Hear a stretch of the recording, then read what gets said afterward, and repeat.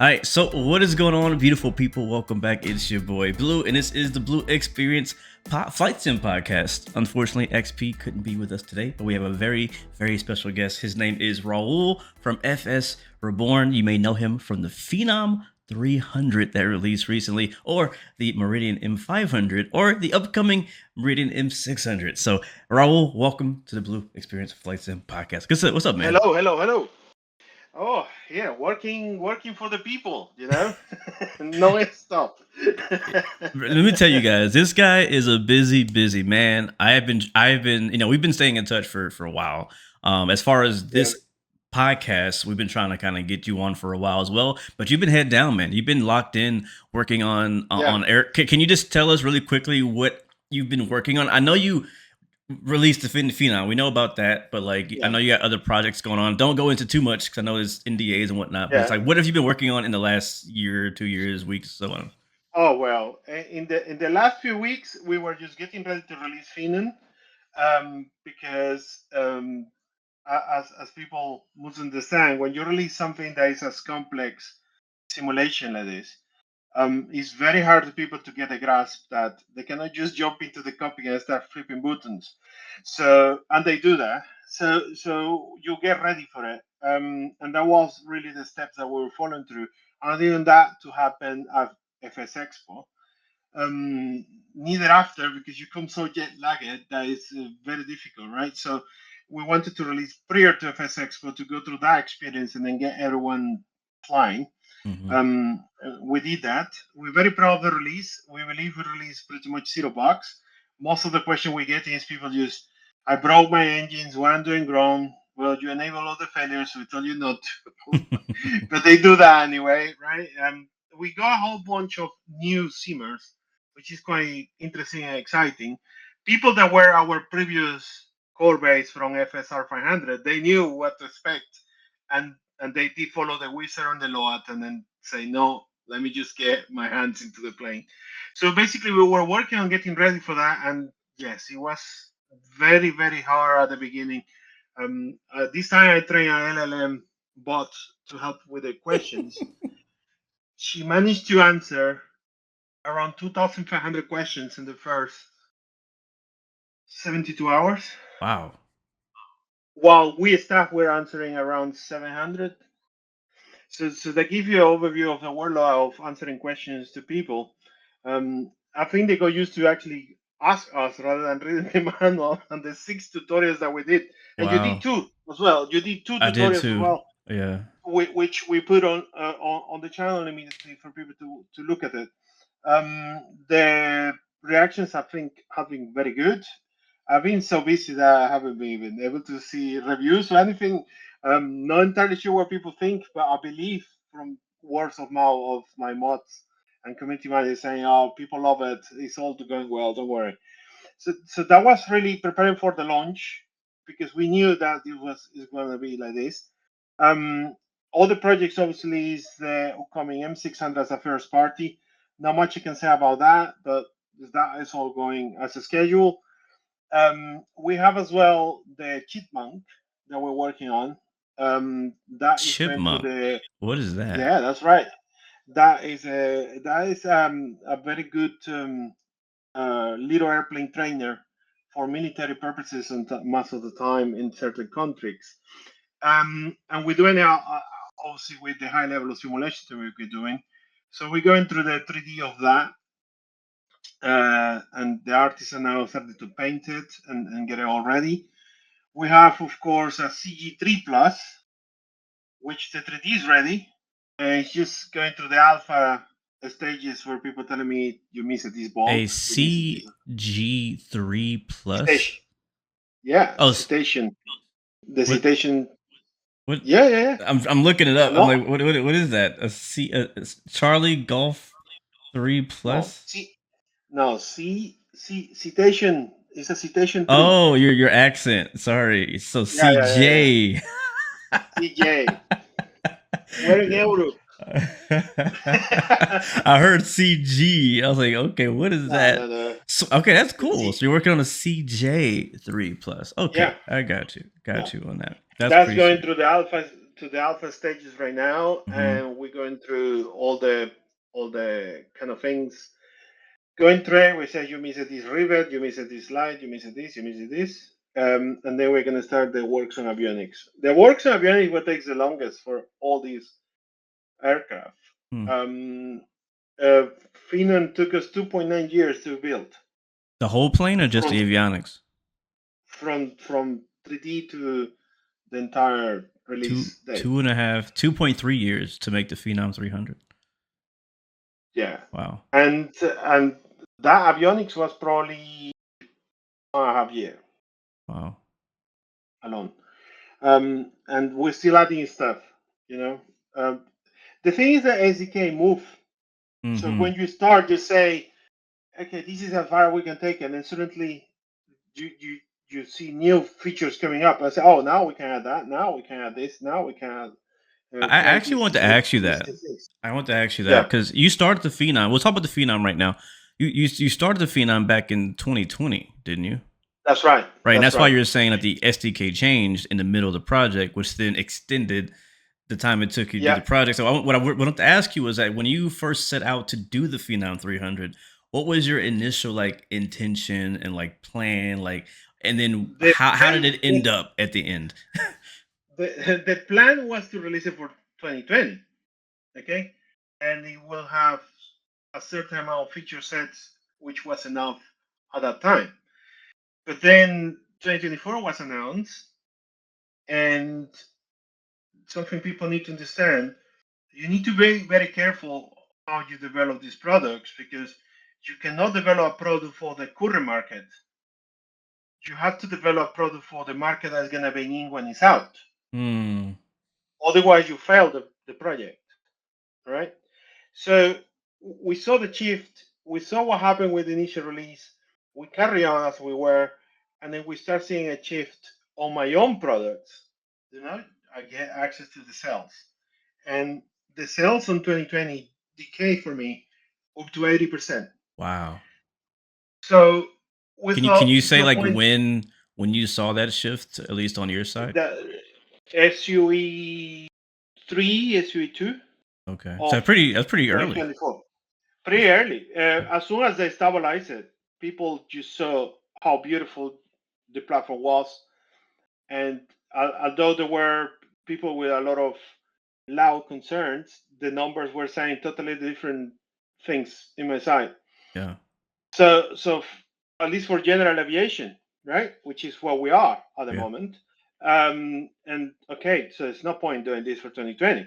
And then the other flip of the coin was that the SDK of 2024 came with incredible new stuff.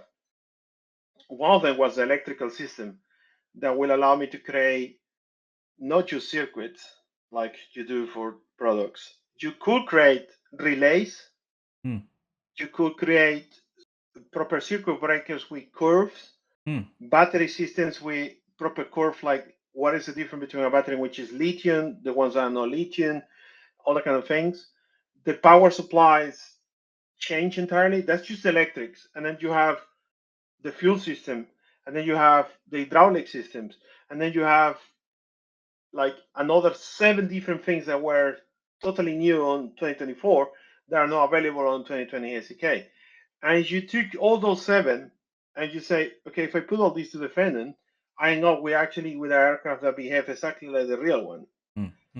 And it was no brainer where we said, okay, teach it. The difficulty is how you convert, because it comes with a new lighting engine. Okay, people don't know that because it's very subtle the way they did it, because they wanted to allow people to have compatible aircraft. But the reality is, when you start compiling native in 2024, your textures are not going to look good because you have to make them special for the new system. There are different parameters on the textures that you have to do. So we end up having to retexture the whole thing again, adjusting the PBR structure for it so the lighting will be right. Doing new 3D techniques as well, because they change a lot of stuff. And then that obviously is like, okay, let's compare what we have to 2024, and I have to scratch all my electrical system, all my fuel systems, all my hydraulic systems, everything to make this. In parallel to doing the avionics is new as well. In 2024, they have working title did amazing work with the all the avionic units, what they call V2, which Mm-hmm. have new things, right? So you have to make your plugins for that, um, and that's how the journey shifted. Probably make it a little bit longer, Yeah. but I would say they only make it longer, like 6 months, Hmm. um, doing that kind of things. All the rest was just trying to make the aircraft as close as possible to real life. But you have very cool things that people notice and they believe is a bug, but it's not a bug. Like It what? is how, like, how the plane behave when you are on ground, Mm-hmm. how the plane behave when you are on when flying. 2024 have new um, uh, parameters on the SDK, which is called fluid dynamics now. And you configure your aircraft to follow the new fluid dynamics and CFD. Everything shifts. The aircraft start having what is called proper inertia. So the inertia on the aircraft on 2024 is way more realistic than it was in 2020. In 2020, when you were switching between aircraft from ground to air, there was like this sudden shift of flight models that you Hmm. could sense, where you could sense that you were on rails on the ground, and as soon as you were on the air, the plane was behaving different. And Is it's that something that a lot of why, people, like on takeoff uh, and landing, sometimes it'd be so squirrely because like it's like we could get to that because we fixed it out on the last update. okay. But on 2020, that was the cause because you have two different models that they have to try kind of merge. But on 2024, they changed all these with a new way of fluid dynamics are working. And when you do an aircraft full 2024 native and you follow now all these new standards, it's much more fluid. There is not that sudden shift between ground and air. It's actually continuous. Hmm. And that allows us to replicate something that pilots were very adamant to do during landings. It's very, very important on this light jet to land the aircraft with crosswinds, decrabbing it. You cannot land like you do on airliners. In fact, I instructed by Embraer not to do that because it will break the gears. Hmm. Okay, and it's because this is a very light jet and the wing is pushing it around. So you're landing the aircraft on the wrong way and you're coming like this, right? And you touch like that, and then you apply full rudder to do this. The forces that you put into those gears, I mean, it's not a big Jumbo, it's not a big Airbus, it's not designed for it. You will break them in real Ah. life. Okay, and they wanted me to actually simulate that you will break the gear. I didn't because I knew that people will just be too frustrated until they learn how to land this properly.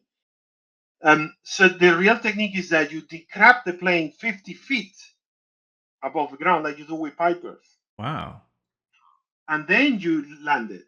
And This then is what stuff I happens? You wish land. I knew. I wish I Yes, knew this. yeah. Most people are landing it like an airliner. They're not reading the manual where it explains landing technique. Is saying Yeah. that, right now.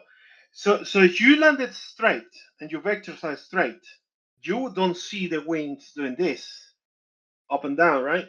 Because you cancel the inertia. And these aircraft have all the 2024 as the key of inertia fluids. So it's following the inertia as it should be. If you are going sideways, it will follow the sideways on the ground. It doesn't cancel it. You see? Hmm. And now the difficulty is that in real life, you have forces back of the wind, right? When you land an aircraft in real life on the ground and you apply rudder, the rudder is fighting you because you are landing at 130 knots, right? 150 knots if you're an airliner. And you press the rudder will go so far it can with the wind unless you have high hydraulics, like only airliners will have. But small jets don't, right? You are having a rudder by the hydraulics. It's a wire going there moving it, Hmm. and the air fights you. So you cannot push the rudder all the way down. You will push the rudder as far as the wing is letting you. As the aircraft is slowing down, you can continue pushing the pedals, right? And then that you get that smooth landings in real life because you feel the wind, you feel in the plane. You Yeah. are one machine, you are a pilot with a machine, and you can feel it. In Microsoft Flight Simulator, unfortunately, we don't have that feeling. Yeah. And one of the things that happen is that you land and you can slam the rudder all the way down. If you did that in real life, you will lose control. Mm. Because imagine, right? You have a rudder that is able to sustain 30 knots crosswind, and you do a full deflection. What do you think is going to happen, right? You're going to exit the runway Yeah. immediately, right? Right. So you have to adjust the flight models to try to replicate these things, and it's very difficult because people have different curves, different hardware. Something that happened to us on the first release is that we have 49 testers, and they have all different hardwares. And I nailed the flight model that all of them were kind of happy with the landing, except one pilot that was keep saying, "I don't know why I feel it's a little bit snippy on the ground," but because I have 48 that were saying it's okay, Mm-hmm. we assumed that his hardware was having some sort of difficulty. And being a real pilot, I thought, well, maybe he's doing what he does in real life. He's pushing the rudder as hard as he can and as far as he can go in the real life. Yeah. We assumed it was that. But no, what's happening is that in real life as well, because the wing is fighting you, the wheel, the front wheel, is attached to the rudder. Okay? And when you're going at high speed, you cannot push the rudder that hard. The wheel is straight, right? But Microsoft Flight Sim, that doesn't happen. You are landing, and you are not landing decrabbing, right? You're landing full crab. You go full whack with your rudder. The noise drop because your spoilers comes up, and now you have a front wheel going wick, wick, wick, wick, wick, wick, wick, wick, wick, wick. That's the symptom that everyone was feeling. Oh Okay. wow. Uh, okay. So because you're going with the rudder doing this, and the front wheel is moving. So what we did on version 1.08, which is already released last week. Oh, what is it today? Saturday. It was no, it was released Thursday. Yeah. Okay. Yeah. Um. So what I did is that I found a way to make the front wheel stay lock in a Mm. way similar that will happen on real life with the speed because frictions, right? A high speed, and it will come back to full steering as you slow down. And Mm. that has now improved the landing for everybody. You try it now, you will notice a big difference because it's replicating what happened in real life. But you land the plane, the crabbing, and doing double flare as well. That's what they teach them to do. Um, you will feel now a huge difference. A couple of streamers did some landings today, and they're saying, "Okay, this update is good." That's good. So yeah, that's what happened. It's a front, it was a front wheel. It's not the absorbers. The absorbers are done actually like the real one. These aircraft have a different type of shock absorbers on the back, which is designed to absorb that impact because you are decreving it before, and it just absorbs that landing. It doesn't bounce. It's like it's very soft. They're very soft absorber because it needs to absorb the impact of 300 feet per second or 200 sometimes. So they are not stiff Yeah. like it will be on a Boeing. People were saying it's because they're too soft. No, that's how they are. Because otherwise you will bouncing.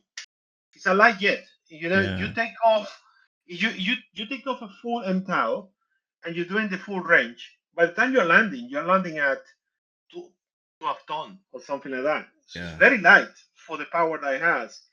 And you imagine this aircraft has total speed of 95, 96 knots, Oh. clean, a full Wow. MTOW, Hmm. and you are landing at 125. So it has a lot of lift. That's what the spoilers comes up, and that's why it's very easy to float. So it was very hard to nail down the flight model, but now we feel with the front wheel Can fix can we kind of is go very important. into the flight model? You know, flight model has always been a big debate within the flight sim community. And it sounds like Yeah, you are the one that tuned the flight model for the Phenom. What were like that's the right. challenges with working with like did you build your own flight model or did you use Microsoft's like what were the challenges of building a flight model within Microsoft Flight Sim's ecosystem? You supposed, but whatever I do, I use the SDK. Okay, I don't do external flight models because the mentality behind it is that whatever you're building, it will survive for decades. Right. if you think what's happening with between the transition from 2020 to 2024, my planes from 2020 work excellently, and 2024 not need to do much, and that was because we stick to the SDK, and that's what Microsoft Soul will do and confirm that it can work, right? Yeah. From that transition, because it's what people wanted. You bought to run in 2020, well, you need to buy it again, right? One thing I want to So add to the question too, when you get done, is what do you think yeah, other developers are getting wrong or doing or missing with flight models as well? I don't, I don't know because I only fly my stuff. I thought you'd say But that. nevertheless, the thing is that you need to use the SDK because that allows the transition to new platforms to be longer, and it ensures that anyone investing in one of my products can enjoy it for years, not like something happened in 12 months and now there is a new platform and it's all gone, right? Because let's face it, we have to develop and adjust for new platforms sometimes, and if you're not following those standards, it's gonna break. Yeah. And if it breaks, then people are gonna use it, and that's very important for me. And my team right now is not that large, so we have to ensure that whatever we build is built for long term, sturdy in the code, that it will allow the product to be enjoyable for 5 years at least Yeah. without having people to worry about it. Okay, because I don't want to come to you 2 years later and say, now you need to pay me $20 for me to update it for the next simulator, or pay me another cup of coffee for another sim, right? Hmm. It just doesn't work like that with me. I want you to enjoy it for years to come, and then I can focus on making something else Yeah. because I'm Yeah. not patching all the time.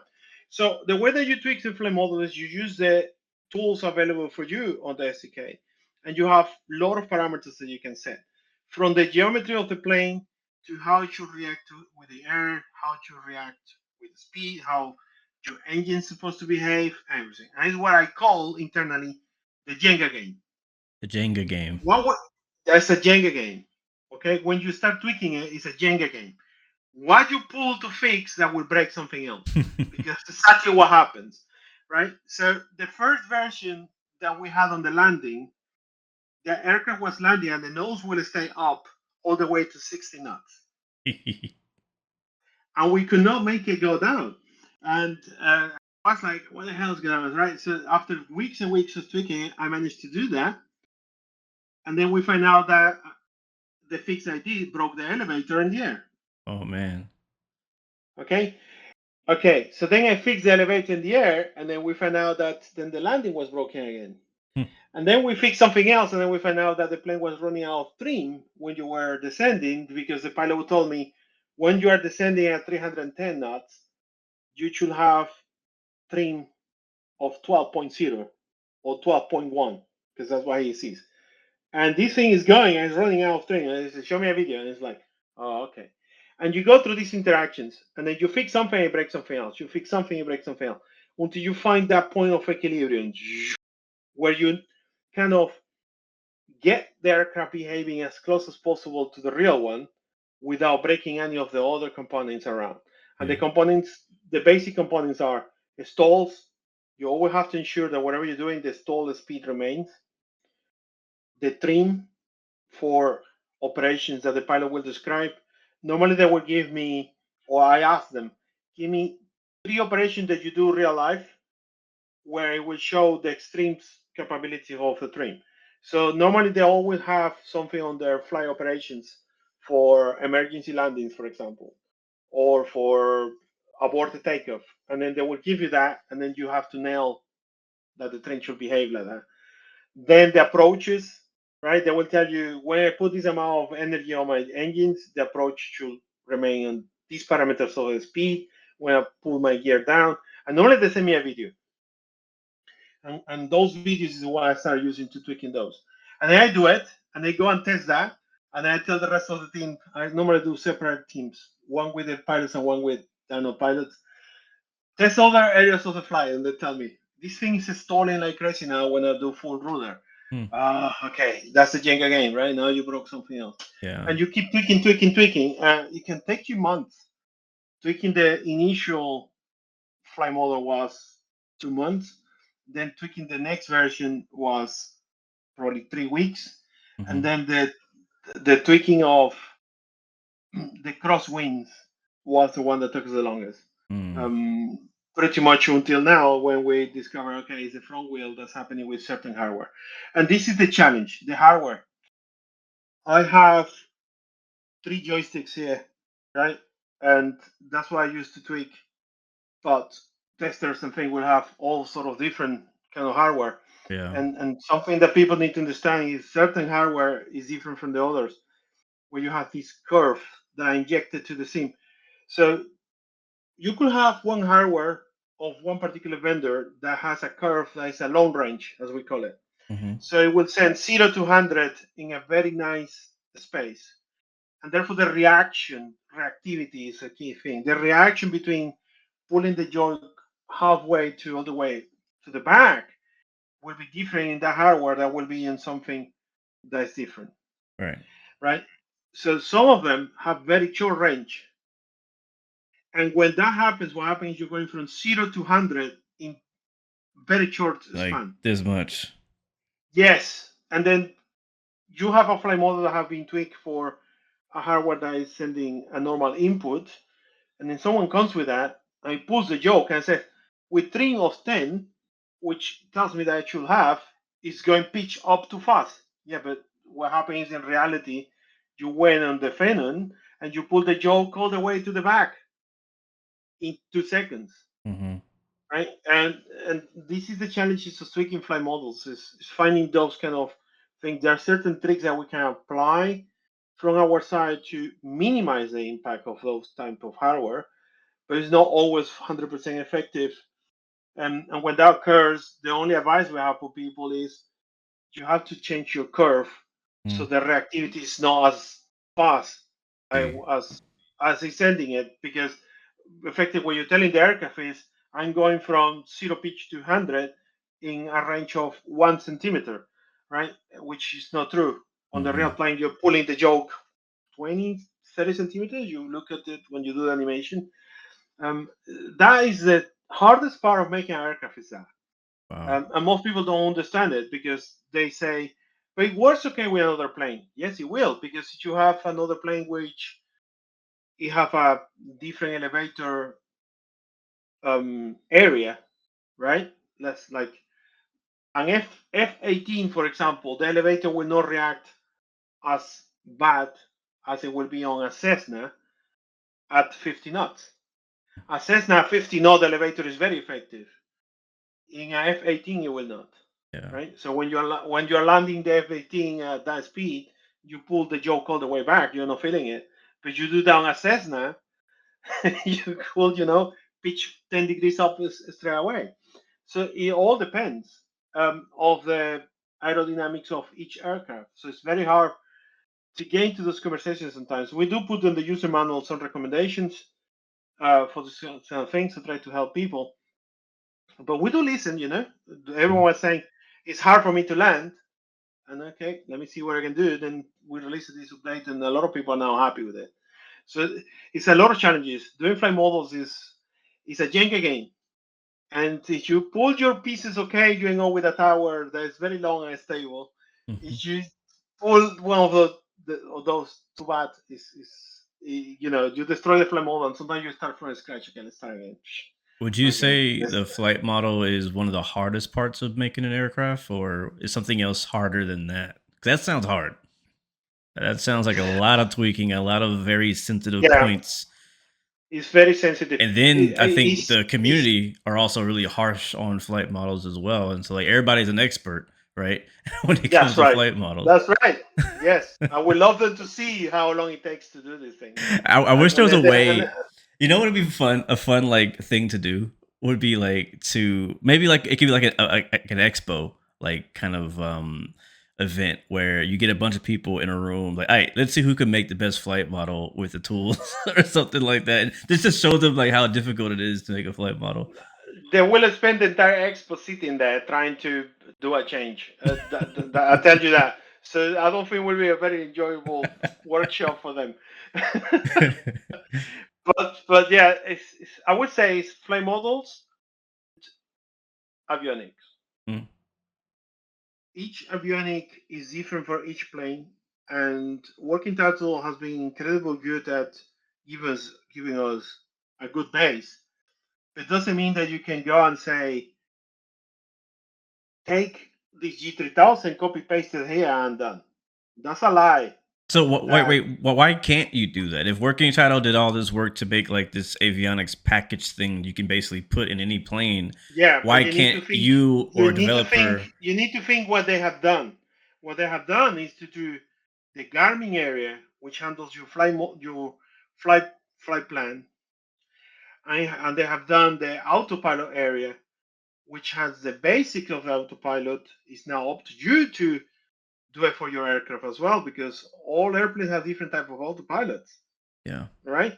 The autopilot of a Longitude, which uses the G3000, G5000 avionics, is absolutely different from the autopilot of a Phenom, and it's absolutely different from the autopilot of a Sovereign. Hmm. Absolutely different from the autopilot of a Citation CG3 Plus, for example, as Yeah. well. Which and they all use the same avionics, so there you have it, I guess that's what's right? confusing, like from my perspective, as like a regular simmer. Like when I look at the avionics, they look like they're all the same They screens. look like the same, but they're not. Okay, so the other thing is that Garmin give this base exactly like, imagine Working Title being Garmin. Hmm. So Working Title have created a base unit which is able to handle your GPS, your weather radar, your flight management, and that kind of thing. But that's the basic. And then give it to you, and you are Blue Games, Blue Games aircraft manufacturer, and you're gonna make now your own aircraft. And you say, okay, for my pilots, I wanted to have this page that shows them the engine, shows them this, shows them that, shows them that. Garmin tells you, yeah, get some developers and code it. And you put it here, and it shows. And then you say, oh, but I want to have a page as well that does this. I want the autopilot to be able to handle the descents this way and the ascent this way. And Garmin tells you, yeah, you can do all that. Get someone to code it for you. You put it on this area, and then the unit will do it. It's exactly how it is. So imagine a Lego base, right? Which is able to hook up your own modules to give to your pilots what you want. Okay, and each aircraft manufacturer does that, and each one has their own pages and their own options and their own fun Mm. things and their own performance. And then it is FADEC, right? You have how the engines will behave, and that has to hook up to the avionics via sensors, so the avionics know what to do. For us as developers, we have to do the same thing. We get a base, and now we have to hook up all the pages. All right, and that's exactly, Phenom has like 7 pages like this. It has its own custom FADEC, and it have other options that we have to start enabling as well, because it was not part of roadmap V1. At some point I have to release, right? Yeah. And then we're gonna keep adding more stuff, because So at release, you had 7 pages. Is that what you're saying? at release we had pretty much everything, except that we discovered. And this is something that's very frustrating, because I keep explaining this to people, but they keep asking the same question. Hmm. When we were going through development, there is a little page on the plane. I've never been in one. I'm relying on people telling me and sending me videos, and having the discussion with them. There is a little page that says units, and it's gray out. And when you click to change the unit, it says enter password, and no one knows the password because the password is set by the manufacturer. Okay, Mm. so the assumption was that the plane is delivered as pounds only, LBS, and that's it. I said, "Are you sure?" And everyone said yes. 7 weeks prior to release, I added more pilots to test, right? Because you don't want to have too many of them. Because what tends to happen, you have too many pilots on the testing teams, is that people withdraw because they say, well, they know better, and then they stop hunting for bugs. You want all your users to be active, not use the pilots. Yeah. So I normally bring the pilots when we are pretty close, 12 weeks, 8 weeks, just to confirm that we have done the right thing. And then if we haven't, then you have time to fix it. So, like 6 weeks prior to release, a Brazilian pilot joined. And he said, oh, I know the password to change the units. And we were like, hold on, you can change it? And I said, yeah, in Brazil we change it, but it have to be done by Embraer when you do the order. Huh. And we go, oh, and all the other pilots that are there on the chat go like, really? We all here in Europe have it in pounds. We all here in America have it in pounds, and it was shocking. So Yeah. they show us what it does, and it will have to extend our release for another month, easy. Wow. And that's something that I didn't wanted to do it because FSX was coming. Yep. Yep. So we say, okay, we release the way we have it, and then we do an update, and then we update it, and that's coming. But it's not easy as just changing pounds to kilograms. All the pages changes, right? So we have to go through the whole thing that we have done, and then add the facility that fits from that to allow it to do it. Yeah. But the funny bit about it is that it seems like 90% of the fleet worldwide runs on pounds, and very small version of them runs on kilograms. So that's the reason why we release it like that. Hmm. Um, uh, Again, I can't code something without having access to it, right? It's not Yeah. like a manual says that. We found a lot of manuals have mistakes. Really? Over and over again, I have done something, stick to the manual, and the pilot come and tell me that's not how it works. I'm like, it says in the manual here, and he goes and do me a video on the plane. Look at it. So we reach a point on the developing team that I stopped following the manual because I was just wasting time, Blue. I Wow. was like coding something for a week. Okay, guys, it's all done. Look, it doesn't like the PH. Nope. What do you mean, no? Look, what is it? Do you have a new version of the manual? No, they sent us an OTAN or something in the system, and this is how it's done. Why? Wow. Because they update the software, they update something, right? And it's totally different, and it doesn't make it to the manual. So we do things when a pilot showing me because it's the safest, right? Yeah. You know it's gonna work like the real one. It's not safe to just read a manual. You read the manual and then you go on as a pilot. He's saying that it does this. Is it true? Yes. And all the problems are that there are certain things that are not on the manual. Like I would say 80% of operations of FADEC display is not explained on the manuals. I have to 80%. ask, I have to ask them what is that, what is this, doesn't do this and that. And we release it probably doing right now 90% of the capability of the plane. There is 10% that we don't have it right now because mistakes on the manuals, and the Hmm. pilots were going through a check right transition to become a captain, Are and we it still was talking? Are we covering still up talking about the phenom or the citation? the Phenom. Okay. Yeah. Gotcha. And now we're gonna do that as an update. But it's things that only the real pilots will notice. Yeah. You will not notice. Yeah. There's no way you will know that, right? It's little knacks like how the auto what is it called? It's like when you put the plane into the max power, it closes the bleed lines to give you actually the full power of the plane. And there are certain conditions where that doesn't happen and happens, that we haven't nailed down 100%. We got a 90%. So he wants that as a real plane because he's in love with the Phenom. So I said, don't worry about that. I come from SX, but you show me all the videos from your plane, and then we get it. So the project is not done. We're still going to update more stuff. Hmm. They're gonna come a lot of new features as well, not just on avionics and the operation of the aircraft. We're adding a lot of fun stuff to this. Before we go So there to the yeah, fun news stuff, I want to just kind of get a an idea for me and for others who are not real pilots who have not flown the phenom in real life. Like, what how deep have you gone into the actual systems? Like you mentioned, like 2024 allows you to like really go deep into the electrical systems and hydraulics and things like that. Like how, I mean, is every single circuit breaker model like how like is it just like that's a it. yes no button, or is there actual like electricity running through the line? Like I don't know. Like what's how deep have you gone? How crazy did you go with the systems? Well, the way that I do airplanes, every single one of them is what I call to build a Jenga tower. You have to start with a very strong foundation. So when something falls apart, you end up with half the tower. right? Mm-hmm. So, and the electrics is the is one of those Mm. elements. It has to be nailed down as close as you can to the real aircraft, and that's what was the exciting thing about MS 2024 because it will allow me to do that. Yeah. So this airplane has what is called power relays, and it has a computer that controls those relays. And I simulated that computer as the real one. Oh.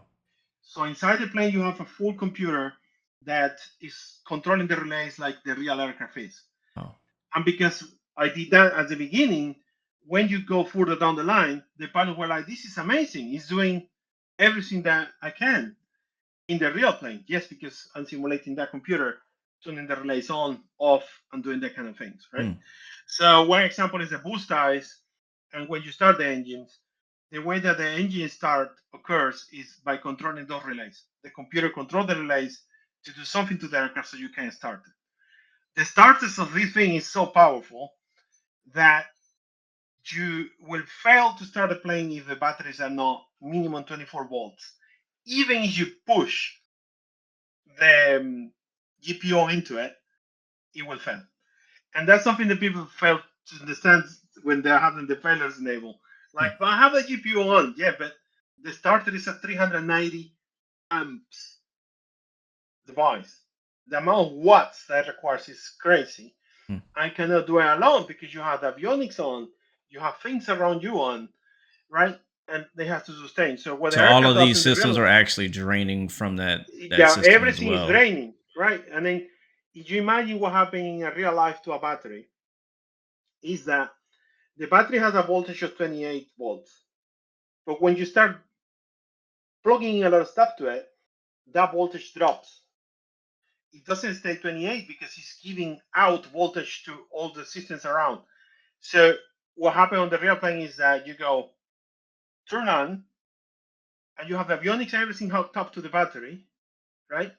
And then what happened is the GPU and the computer inside the plane says disconnect everything from these jet buses and give me all the power of the battery 2 plus the GPU to the starter of the engine that I want to push. And then battery 1 has to sustain everything else. Mm-hmm. And it's all done happening by relays on it. If the battery is below certain capacity, and Embraer says 24, but you could be a little bit lower. That's a safety number.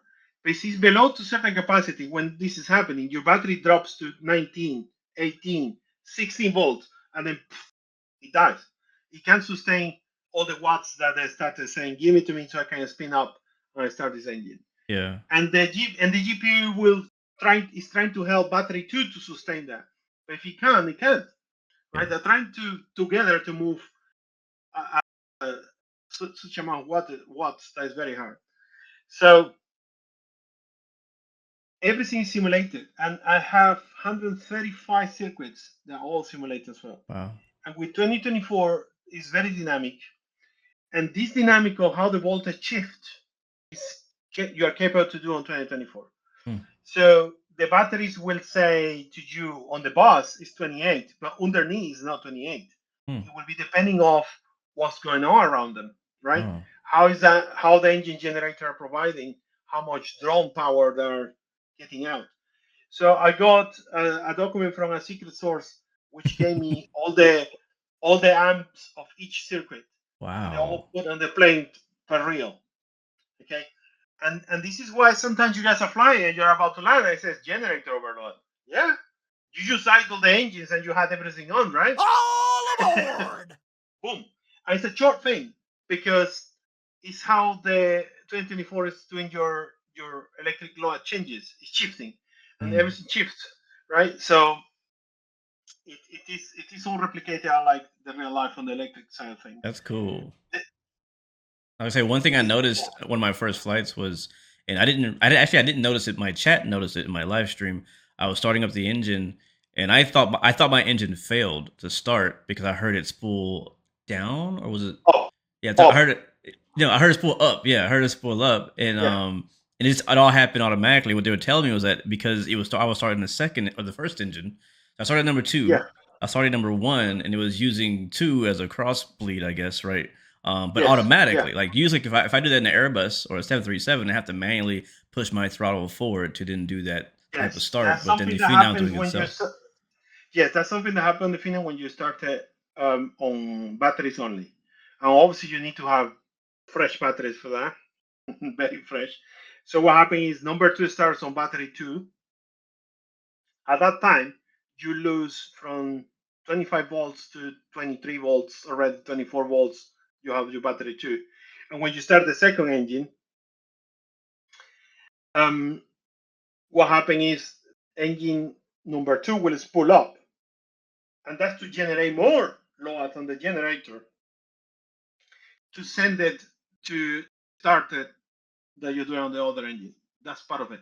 So imagine the amount of power this thing drives that it pulls up the second engine to 42% when you start only on batteries, only when you start the engine. So yeah, it's part of it. So yeah, we simulated that obviously, and it's quite cool to hear the engine going woof, It like that. is. It was really cool to hear. It caught me off guard. 'Cause I mean, I didn't have any previous knowledge of the Phenom, so I didn't really expect Yeah, that to happen. But every time I started up down, I'm like looking forward to hearing the sound. So it was pretty cool. yeah. If you do it with GPU, then it doesn't do that Okay. because it right. So that's kind of differences and little things that happen to it. So yeah, that is all. You know, we did a lot of stuff that is like this because it's very particular of the plane.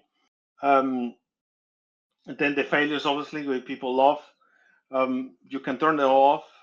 I advise people to turn them off until they get used to it, so they don't nag me with Is 100 that the? Oh, questions are all you the talking about time. the like the random failures or like the actual like organic failures? Like if you just So we mishandle the have to. aircraft. Well, yeah, you can disable both, Okay. right? Um, until you get used to it. But for example, with this one, I did random failures, which is new. And those will be like things that I don't even know what will happen. Really? Wow. The entire engine system that I did will choose for you, and it will choose depending of so many factors that I cannot tell you what random failures you're gonna have.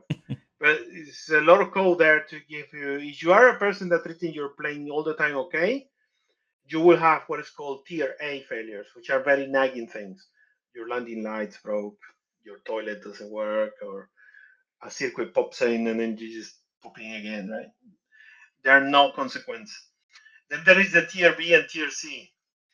And the tier B is a little bit more going to what you have been doing naughty things to the plane, so it's gonna start punishing you a little bit more with the random failures.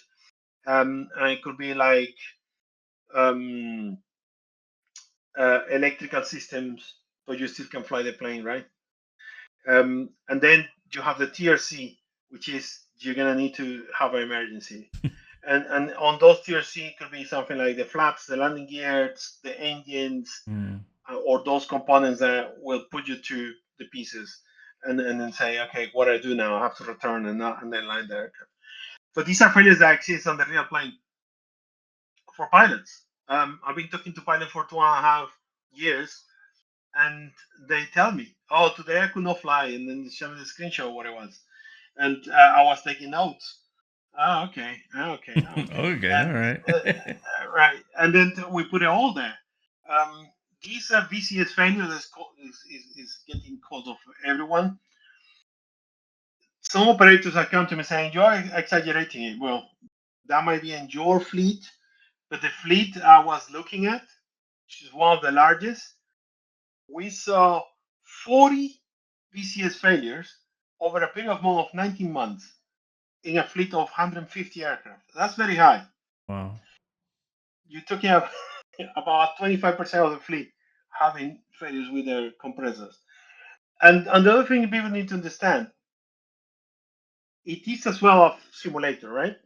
We have to add some level of, as I call it, drama for you, because you're not going to buy an aircraft for Microsoft Flight Simulator and wait 10 months to see something going wrong. Yeah. Let's be honest, right? Then what's the point making it? Then I don't do it. Okay. So the way that we're doing things is like I calculate the percentage of probability that occurs in real life. And we use that, adapt a little bit to your flight simulation experience. because the reality is that most people are going to fly 2 hours a week, Yeah. 5 hours a week. Okay, when your fever of using the aircraft slows down, you're going to go and then fly 1 hour a week, 2 hours a week. And are you going to fly the plane for 10 months and never see a VCS failure or a beer strike or an engine going wrong? That's not what you buy my plane for. I know Right. it. You bought it because you want to experience these things. So you have two ways to do that. You can increase the sliders time, and you can as well say send me the random every 2 hours, right? Every 5 hours. But at the same time, that probability that we know exists in the real aircraft, like the VCA failure is a 25% chance that's gonna go wrong. I put it to 50% if it's very hot outside, because you are using that that unit now harder. Yeah. I put it to 60% if you're not following the advice, which is turn off the aircon before you start your engines. I didn't know If that. you right, it's in the user manual, but no one reads it. And Right. you mind what happened is, because this electrical system turn off relays on and off. When you start in the engine, if the compressor is on, the compressor has a circuit breaker of 200 amps. That's how much power it drives. So you remove the check bus number 2 from the electrical. And that means that if the compressor is on, it goes off immediately. Poof, right? And it's a very sudden thing. And because this fleet was having so many problems with their VCS, they were advised by the manufacturer, can you please turn off the compressor before you turn on your engines? They were trying to nail down, right? And then kind of minimize it. It Wow. did have an impact apparently. So therefore I simulated that. And I said, okay, you have it on because you're not following the advice. I'm gonna make it a flip coin 50-50 that it could go wrong.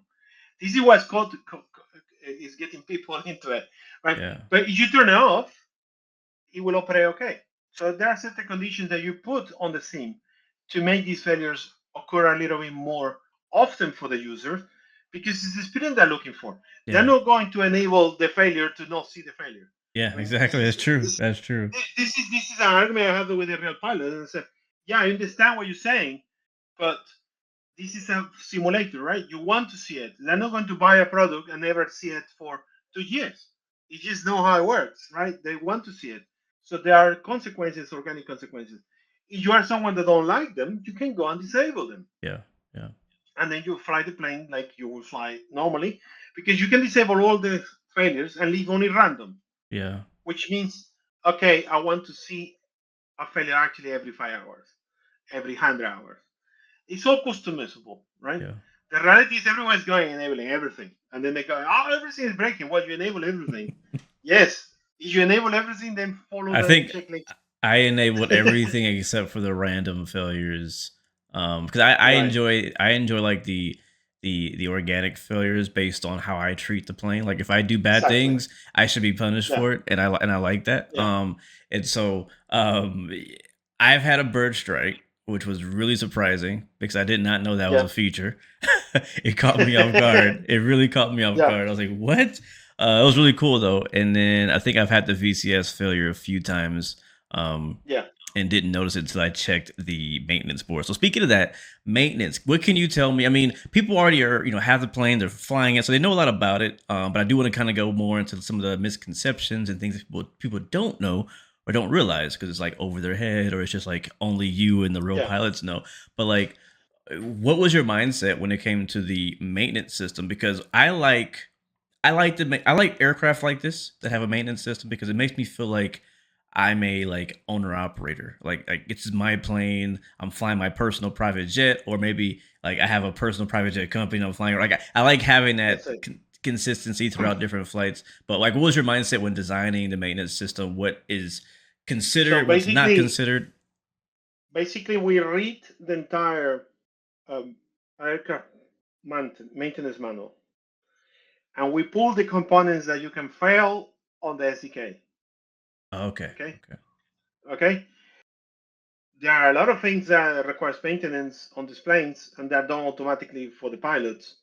But we pick the main components that we can fail out of the plane, And then we take the hours that it says.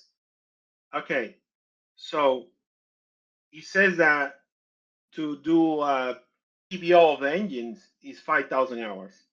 Okay, no one's gonna wait 5,000 hours to do the TBO of the engines. Facts. Okay, Facts. so right, so that's what we have what is called X16 sliders, right? You can go X4, X8 on the settings, which means that it divides those times by that number. Hmm. So if you have something 5,000, you divide it by 10, 500, right? So you could go and extend to 500, but still it feels too long. 500 hours of flight sim means I've been flying this thing non-stop for at least 20 weeks, Yeah. right? Right. So you pick a number that makes sense and you make it clear on the text on the EFB where it says for flying sims purposes, right?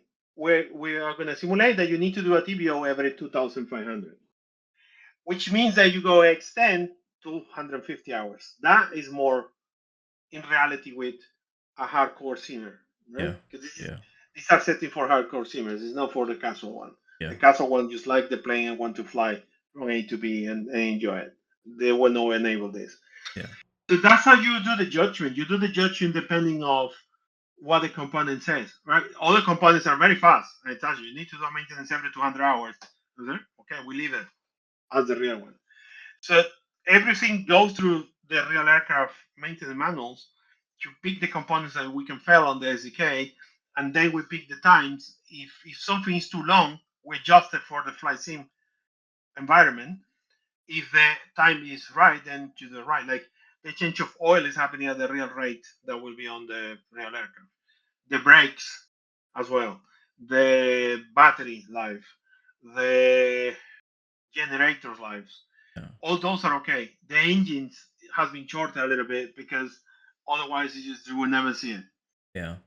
Right now, regarding the the the FADEC short dispatch and things like that.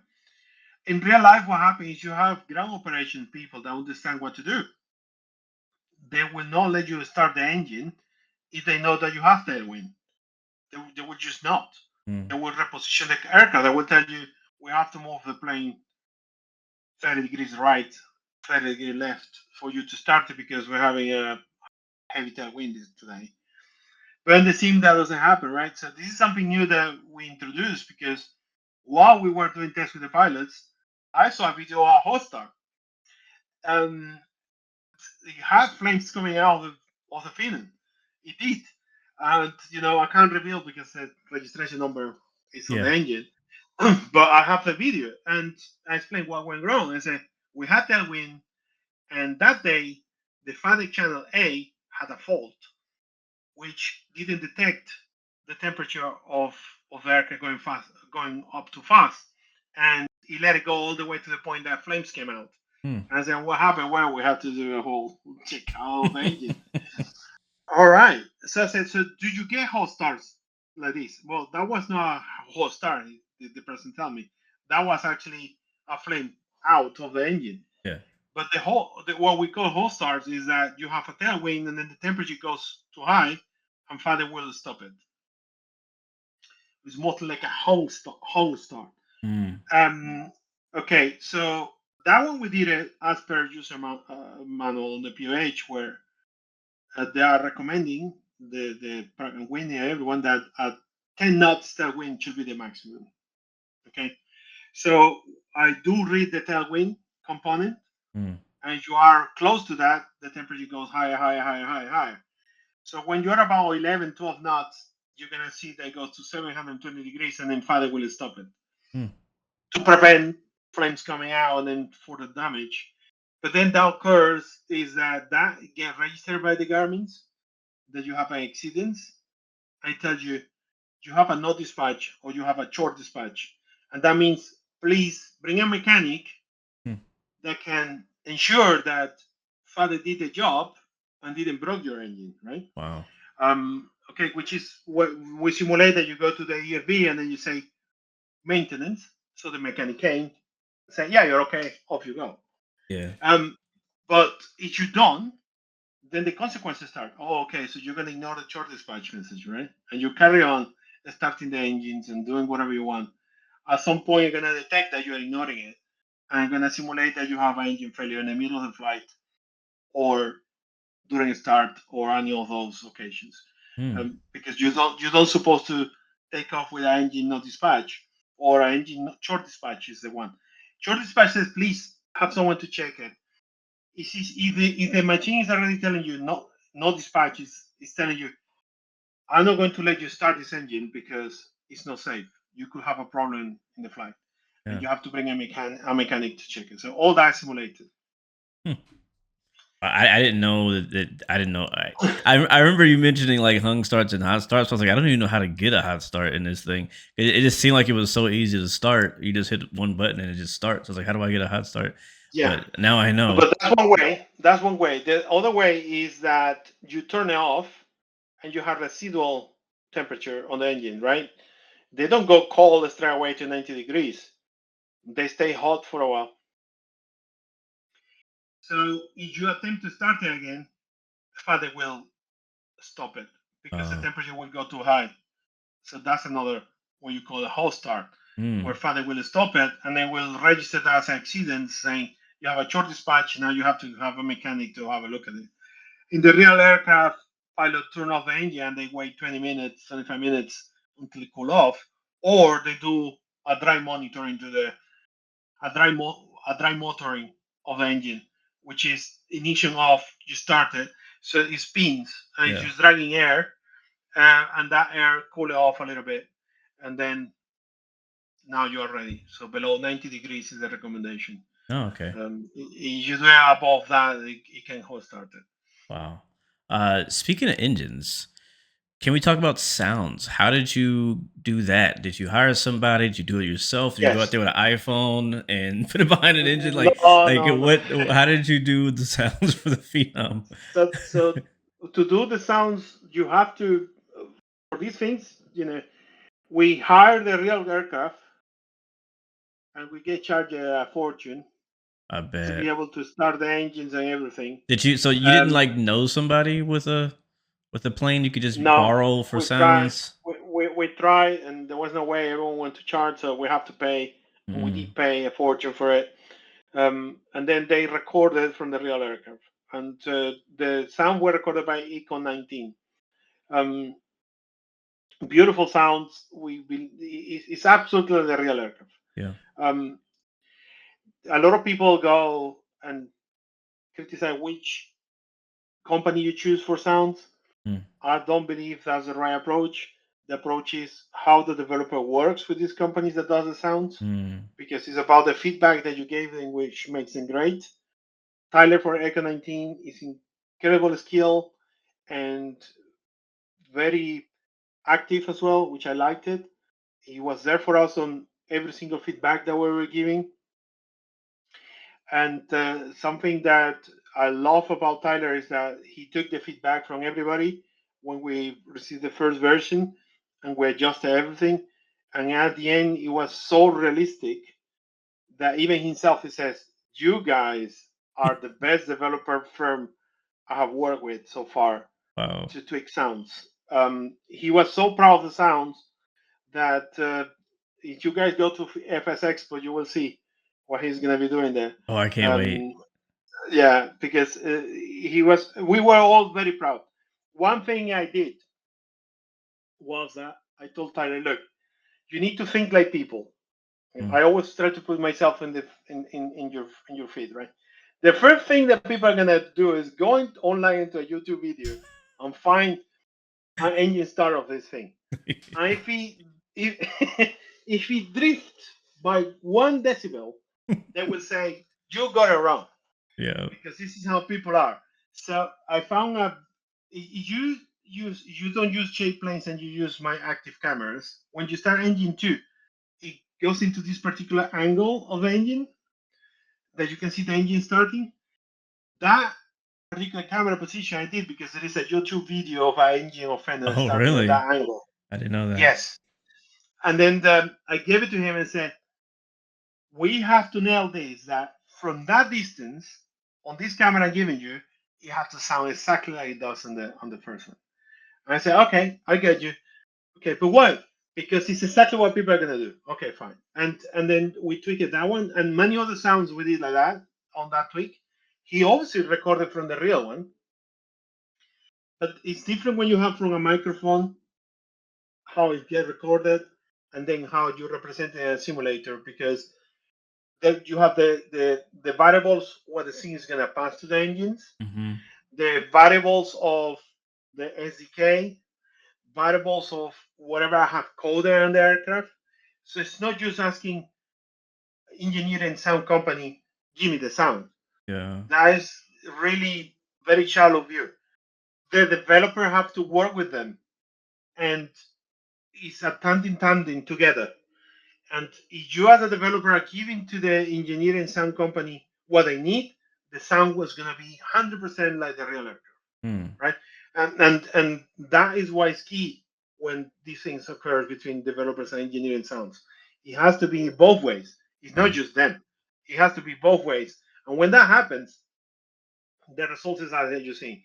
So we worked together, and he was telling me, I need this N2 nailed down, right? And and this helped as well. Like engines on the SDK, you have to do your own engine model, right? And then when the sounds come in, you realize, okay, I didn't nail this down because he's not getting that pull up that he needs. So he will show me graphs of his recording on the engine star and the video, and say, you see here, here is that spool thing that you hear on the YouTube video, which we're not getting because your spool time is not actually right. Yeah. Oh, I get you. So I went and changed my engine starts so the seconds of the start match exactly the seconds of the engine that he recorded. Yeah. Because each engine is different as well, right? You Mm. could have an engine that it is 1,000 hours operation. That engine now doesn't start the same as an engine that is 300 hours new. Yeah. It's just different. The ITT is different. Everything about the engine has drifted from the thing. So when we record sounds of planes as well, we try to do it not to all planes. It has to be relative Like a new. specific plane. Yeah, if you can, obviously. So we had a couple of Phenoms that were candidates, and obviously we wanted to get it free because the cost was crazy. But then this one was relative new, and we thought, okay, no, let's do it because at least I know that it's gonna come very close to how they come out from the aircraft manufacturer. What if you get a plane that is like 10 years old? That engine spool is not going to be the same. Yeah. And this is the other tricky bit to make people understand, right? They go online and they pull up any video, and then yeah, but you don't know how old that plane is, right? Your climbs are too fast. Yeah, but are you watching the 300 or the 300E? Is it Mm. taking off from ISA? Is it taking off empty? Is it taking off full of weight? What fuel it had? What was the atmospheric pressure that day? What was, it's so many Yeah. differences. Something that people didn't understand is that to nail the flight model, because I didn't have help from Pratt and Whitney, I had to restore to certain tricks. And one of the tricks I do is I get a live recording on Garmin's, and it gives me all the sensors of the planes. And we go 10 flights. And I took those 10 flights and put it all in sensible data. So I knew exactly how many feet per second on each of those ISO conditions the plane was pulling, how much the plane was weighting, how much the engines were performing, etc., etc. And then I pick the flight that's the closest to ISO conditions. So we tweak it to one that was ISO plus one. I mean, that's as close as you can imagine on ISO conditions. Yeah. And that plane was taking off at 7,000 feet per second Wow. from the airport field, right? Because it was very close to the ground. And that was the candidate flight model to tweak your engines and what you call lift tables, because this is very clean flight. Thank you very much. By the way, these flights are encrypted on the Garmin, so we have to get someone to decrypt it for us, and we managed to get Oh someone, wow. It a friend decrypted. from Wow. a friend, and then I tweak it like that. So a lot of people are telling me you are getting all of. No, it's not. And I ignore in the comments because I did that from the maths and the numbers that I had. Right? Mm. Nothing beats data, and this is Yeah. why I call things like that. I call things with data. A lot of questions about the auto throttle. Okay, so auto throttle is something that's been delivered by Embraer this year. They started in January. I've been asking information data from this since November last year, and we got nothing. Mm. So I cannot create just an auto throttle out of thin air because it will be wrong. Okay, so we're waiting for that data to be available so we can code it, and then it will come. It's not a hard thing to do. It's just the fact that I don't have the data, right? Yeah. Then we will end up with these discussions. You go down to throttle ground because I'm seeing a video on YouTube. I say this and this and that, and yours is not doing it, and he might be right. How am I gonna dispute it when I don't have the data and I know what I have coded is actually what this thing's supposed to do, right? Yeah. We're gonna record another flight like this without the throttles on, so I can see from the real data on the physical thing what this is supposed to do, Yeah. right? So that's why it's important. No, yeah, Data. that's good news though. That I mean that, and I've heard the same question in my live streams about auto throttle. I've had the same question myself, and so it's good to know that at least you have plans of adding it once you get the data. Now you mentioned Embraer, like throughout the process. I mean, I don't. Is this aircraft licensed by Embraer or no? No, No, but throughout the process, did you at all? Did they help at all? no, Like, were you no, able to call no. them and be like, And they "Hey"? and they and they can't because uh, uh, private jets industry is very complex. Um, For example, FADEC is not owned by even Pratt& and Whitney. Huh. That software was done by Rockwell Collins. So even if Pratt& and Whitney decides to help me, they will say we cannot give you the FADEC information because that is IP intellectual rights from Rockwell Collins. Huh. This is how hard it is, Wow. So you have to use recorded data. And that's exactly how we do things. Because then there is no disputable, right? I So you have all have to the do it the sensors. hard way. You have to go and I don't know, just do the workaround or do some like reverse Yes, engineer basically the entire learn. aircraft. I call it learning about the aircraft to do it. Now, you can do very easily the cruise performance because that's published. Mm-hmm. The cruise performance is all published on manuals, and then we can do it with that. And that was done very easy. But then you have the takeoff performance and the climb performance is actually not available, and it's all secret, etc., etc.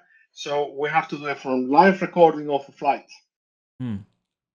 and that's how we managed to do it. So when you tweak a flight model in Microsoft Flight Simulator, you do it on ISA conditions, right? So you tweak your flight model on ISA conditions, and that's a you nail it. You compare it to the manuals on ISA conditions, you do everything. Then Microsoft SDK will do what is called interpolation to our ISAs, and it's very accurate. It gets like 95% accurate, and that's good enough, right? Because you're getting very realistic.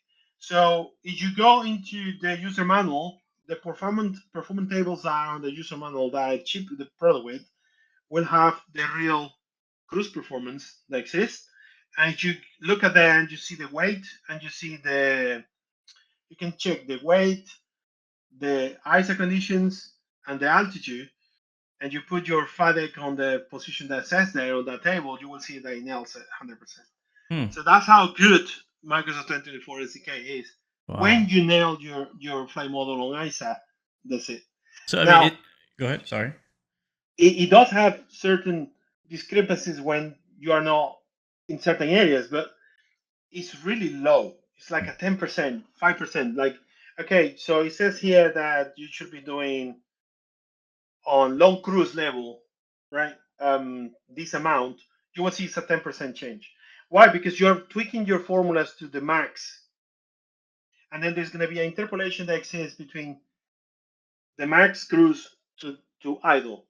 And that will have a mathematical discrepancy, right? Hmm. But guys, we have to consider how many variables exist in the real life. Atmospheric pressure, air, Yeah. the weather, so many stuff like says, the surface of the plane, that day your paint could have something different, so you can't go and look at this like with a mathematical eye saying, oh, you're out by 5 pounds per, you know, it's crazy. Oh, Look at it when you test other planes around the system in Microsoft Flight Sim is something that you guys are interested in, into the max cruise performance.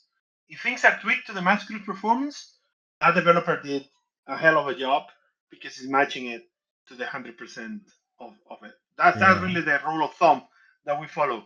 Wow. Anything between will be an interpolation that occurs in the sim, and it will be close, but it's not going to be 100% replica because it's impossible. Yeah. Um, Now you have other developers out there that have used external flight simulation tools, and of course you can get much more accurate with those. But if Mm. you think about it, now you are exiting from having the computational cost of all these on the simulator threads to being on a second thread, and that gives you more capacity. But we have to think a little bit. Okay, we're having a plane that can do all this stuff and simulate all the weather around us and have all these and consume only this amount of VRAM and give Mhm. me 120 frames per second still when it's doing all this, is a massive achievement. So this is what people need to think. I Yeah. mean, I come from FS 95 when we used to have to everything 2D, and now I can see these cockpits and cabins that we have, and it's Yeah, just it's incredible. crazy. It's crazy. Like I couldn't help but think as you were talking, like I mean, how do you know all this stuff? Like, what's your background? Are you software engineer, aerodynamic engineer? Like what? Like, how? Why do you? Why and how do you know all this stuff? Like, what's your background? Well, I am a software engineer, um, and I did flew real for real life PPLs before my daughter was born. And it's just passion to learn all this. You just go through it. There is a lot of documentation on Microsoft Flight Simulator about this. When you go into the SDK, and anyone can go, you will see that Asobo did a great job putting it's what they call primers. So before you start going, you can go into the primers, and then it tells you this is how we do our formulas for simulation of lift, Mm. drag, coefficient, this and that, right? So obviously this is not the first aircraft I have made.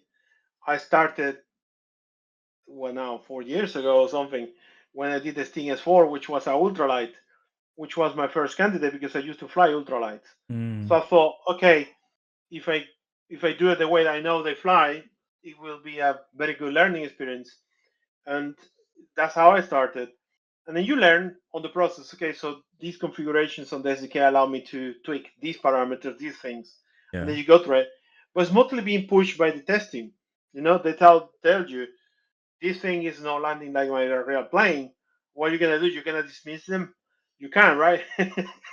You have to sit and then work it out, That's and that's what you true. do. Like, is You there go a back. point where the data is like not necessarily accurate to what pilots are actually flying and feeling, right? Like the pilot's like, hey, it should fly like this, it should feel like this, but the data says the opposite. Like, how does a developer, how does Microsoft handle that the gap between what's the reality of it and the actual what the data is saying?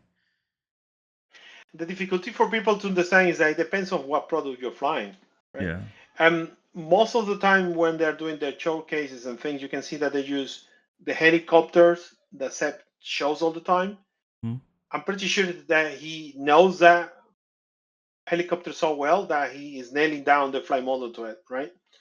And as well as also has the Cessna 172, which are very good, one of the best. And then they have the DA62 as well, which they give to us as a sample on the SDKs. Those has flight models are very close to the real life. So they know that their formulas of flight modeling are very accurate already. Okay. The difference is, okay, how then someone else come with another plane and if they don't configure it right, it's gonna feel wrong. And then people go into Microsoft Flight Simulator and say the flight model Microsoft Flight Simulator is wrong because I flew this product and it flies wrong. Yeah, but that's a very shallow statement because it means that product you tested did that for you. It Uh, doesn't mean the entire product is wrong. You understand what I'm yeah, saying? because that's I guess what I hear a lot just from my side. I'm not in the developer circles, right? I don't talk to Jorg and Sebastian, all those guys all the time. Like I just hear from streamers and content creators and comments, and they're all saying, "Oh, the flight model's bad, SDK is bad, everything is bad." And that's why I'm asking these questions to you. Is like, what's it really like? Like, like It's not bad. for I someone who mean, actually lives in it every day and works in it the every day. Like, stuff, what's it the like? stuff that the stuff that I can do in Microsoft Flight Simulator 2024 with SDK is just incredible. You just need to know that it's there and know how to use it, and it's public. It's public knowledge. You can go and get the SDK. It's absolutely public. You just need to know how to use it, and then tweak it for your environment. They have done an incredible job with it. Yes, there are some bugs and stuff, okay, but you report those and they jump into it. I mean, we're on SV5 and I think I just received SV6. I'm not sure because he was asking me for an update a few moments ago. So it is all there for the taking. Um, I don't believe it's bad. I believe it is just uh, people expectations of real flying versus what is actually a flight sim are not sometimes in line. It's just you. A particular example in the internal channels, uh, the pilots that were part of the testing are saying, "Oh my god, all the real pilots are loving your stuff." I said, "Okay, but people are saying it climbs too fast." And then he showed me the a screenshot of the forums on pilots. They are laughing about the comments because yeah, but I just took off yesterday at 7,500 feet per second. Of course, you can overspeed this thing on the flaps and stuff. So it is, it is, it's always going to be a controversial conversation because you expect something because you come from another simulator Hmm. or another experience, and it's where you're familiar with, and because you find something that is not familiar, you believe is wrong. Now, where we draw the line, what is wrong and right, is a tricky question here. It might be the other one was wrong, or maybe this one is wrong. But which Yeah. one is it? It's very hard to empirically define it. You will need to do a full aerodynamical study, right? Yeah. But what really matters is, are you happy? You know, that's really what matters to people. What you matter to people. Do you feel that your experience on product ABC is giving you something that makes you happy? And if that's the case, you are on the road now. Yeah. Just enjoy it and have the time of your life. You Yeah. know, forget about your family problems, your issues. Just come Exactly. and then just enjoy that moment of your life where you can dream you are a pilot. And this is what I wanted to bring. And this is Yeah. why I did these FBOs. Allow you to put your own logos, you know, build your own dream, show me what you can do. I Yeah. love seeing Which the pictures of what people are doing. I know And I've it's been just seeing them on crazy. social media too, and we're gonna get into that in just a second. But before that, speaking of happiness, passengers, passenger happiness, you have done like a whole passenger simulation in the aircraft. Yes. Again, people already got the Yes. planes, they're seeing it, they're using it, they're trying it. I think it's really cool. Like why did you think to add that? And like what did it take to make it happen? Like what was the mindset behind it? Okay, so the mindset is that if you think about it, flying is boring, You're not wrong. right? You're just staring at magenta lines, this and that, right? So the whole concept is that I'm trying to give people a sense of the feeling of what does it take to be a private pilot of private jets, and it's something that I have seen from the pilots' interactions. You know, um, the thing is that the histories that they tell me all the time when I'm at 3 a.m. coding and they're showing me pictures on their flight-based operations and saying I'm gonna take this person flying, and you could see who it was, and really you're gonna fly the person?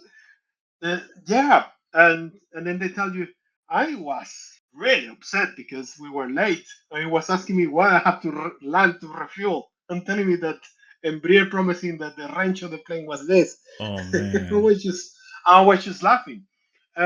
So I wanted to give people something to feel that interaction, right? You are not using a machine, you are something that has a soul. And this is how I like to products to people, and the reaction I'm looking for is, I can't stop flying your plane. I don't know why. I normally it's because I put this stuff like this that given that kind of sense of attachment to the product because they can't pinpoint what is the feeling that they get out of it. Yeah. So the whole concept of the passenger simulation was like, okay, if you had someone that had never been on a private plane and then just getting on top of it, what feelings it will have? Or if you had someone that is all the time flying on a private jets and then sits on it, what feelings it will have, right? Um, and that's how I started going around. Okay, but if I have a VIP on board, why would do? Right? Will it demand to do this? Will it demand to do that? And then when we fly on airliners, you can see it, right? People going opening their vents, other ones closing it. And I'm hungry. They board the plane, they go to the toilet immediately, despite that everyone is trying to board the plane. I mean, for God's sake, wait until everyone is eating at least. So it's just what humans do. And I wanted to bring that to the product because I'm not stopping at private jets. We're going the full way up to build our liners. And I think it's important to start building those technologies now. So when I get there, you will get again the full product around it, right?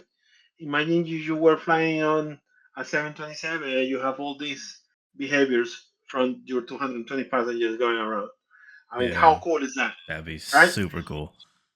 Yeah, Exactly. for So sure. so that was the concept, and now I have the technology done. I will start porting it to all my products, right? Yeah. Scaling, obviously. Instead of 8, now they're 10, Yeah. 12, 15, whatever. So the whole concept is that you have multiple personalities of people, and they all pick random, and each personality behaves different to different things. Females like a warmer, or males like a cooler. Tell me that's not true in your house. Um, and then you have the persons that have never flown a private jet, and they don't care how you're flying. They just thrill, right? So they will be all the time happy. Where you have the other one executives that, come on, just get on with it, right? And doesn't matter what you do, you can't It's influence funny them. you say that because as you're explaining it, like I'm noticing in the flights that I did, I'd have like one passenger who was just like instantly happy. I did nothing for them; they're just happy the entire flight, and then I have someone else who's just unhappy the entire time, and I'm like trying to like And see what I then, can do to please them. But it's like I can't exactly. because they're just unhappy. You know, it's and another Yeah, thing that's it's cool too is the fact that like they eventually get up and go to the toilet, and it shows them like in a yeah, little screen like they went to the yes, laboratory. Like that was cool too. yeah, yeah. Oh, that was something that I did for fun. I thought, how cool would it be that you were flying this so that you hear someone flushing. And you hear them flushing, And yeah. I just heard it flushing, right? So, Yeah, so it's funny. yeah, I do a lot of stuff like that. So that was the concept of doing the whole simulation, and the call behind it is all to give you something to manage on the flight, apart from being the pilot, because this is single pilot operations are very common on Phenom, where you are flying and you have 5 passengers behind you, and you have to manage the passengers. You have to manage their temperatures. You have to manage their expectations. You have to talk to them prior to the flight. This is not an airliner where you have flight attendants. They Yeah, do it all, guys. The pilots that have been doing these, they're different type of operations. You have the operations where you fly exclusively the owner of the plane, right? And that means that you will have the same person, and he knows you are the pilot for him, and that's it. But then you have a lot of these planes flying as a charter operations, where it's not the case, where actually it could be anyone that they don't expect who it is, right? They just aboard that day. So I did it in a way that I will cover both in a way, the best way possible. And, and the whole concept is that you never know what a person is going to be thinking that day. You know, even if you are the owner operator of this, yeah, and it's the same person, that day will be happy. Another day will not be happy, and you as a pilot have to deal with it, and it puts pressure on you as a pilot. yeah, You know, you start thinking, is he okay, is he not okay, right? That's the concept behind it. So you are a single operation pilot that have to do all this stuff, and you have to think about the people behind you, right? um, from the real pilots talk, they get worried when they're landing on short fields, for example, because I have to brake very hard, Mm, and and you feel it. So they have to give an overview to the passenger saying, today we're gonna do a short fuel operation, so you're gonna feel like I'm braking yeah, like crazy, and they feel it, so they know. So it is all behind that. It's giving people that kind of feeling that you have to manage your passengers, and you do it all. They they have to check that they have the food on the cabinets for people. mm, Um, some of them distribute to some of them, tell them, please help yourself, they're here, right? Obviously, we're doing it in a way that you have to control it, right? So that's why I put in some buttons that you say, okay, give them food now, give them this, yeah. that. Obviously, if you didn't have any food on the plane, then you're not giving them anything, and they will be grumpy because they've just paid for this private charter $30,000 to take them from point A to B, and then they go no even a coffee Yeah. or not even Wi-Fi on the plane, or whatever other circumstances. So that was the whole point, is to give you something to manage you during the flight, and then you don't feel alone in the sky anymore. You feel Yeah. like, okay, something I have to do something while I get there. And the management, the temperature, is one of the hardest part of It this plane. is one of the hardest Uh, parts. and it's one of the hardest part in the real life too. They have to constantly adjust it. I have videos of this, how they keep adjusting it on the ground, on flight, on cold weather, on hot weather, and everything simulated like they do. Especially when your It takes VCS is broken. especially when your VCS is broken, and I have seen the videos from pilots where they are begging to ATC to give them higher altitude because the VCS is broken, and they know that when they get high, it's gonna start cooling off the plane because you just Mhm. run air, right? So it is all real. It is how it works for them. It's hard work being a private pilot.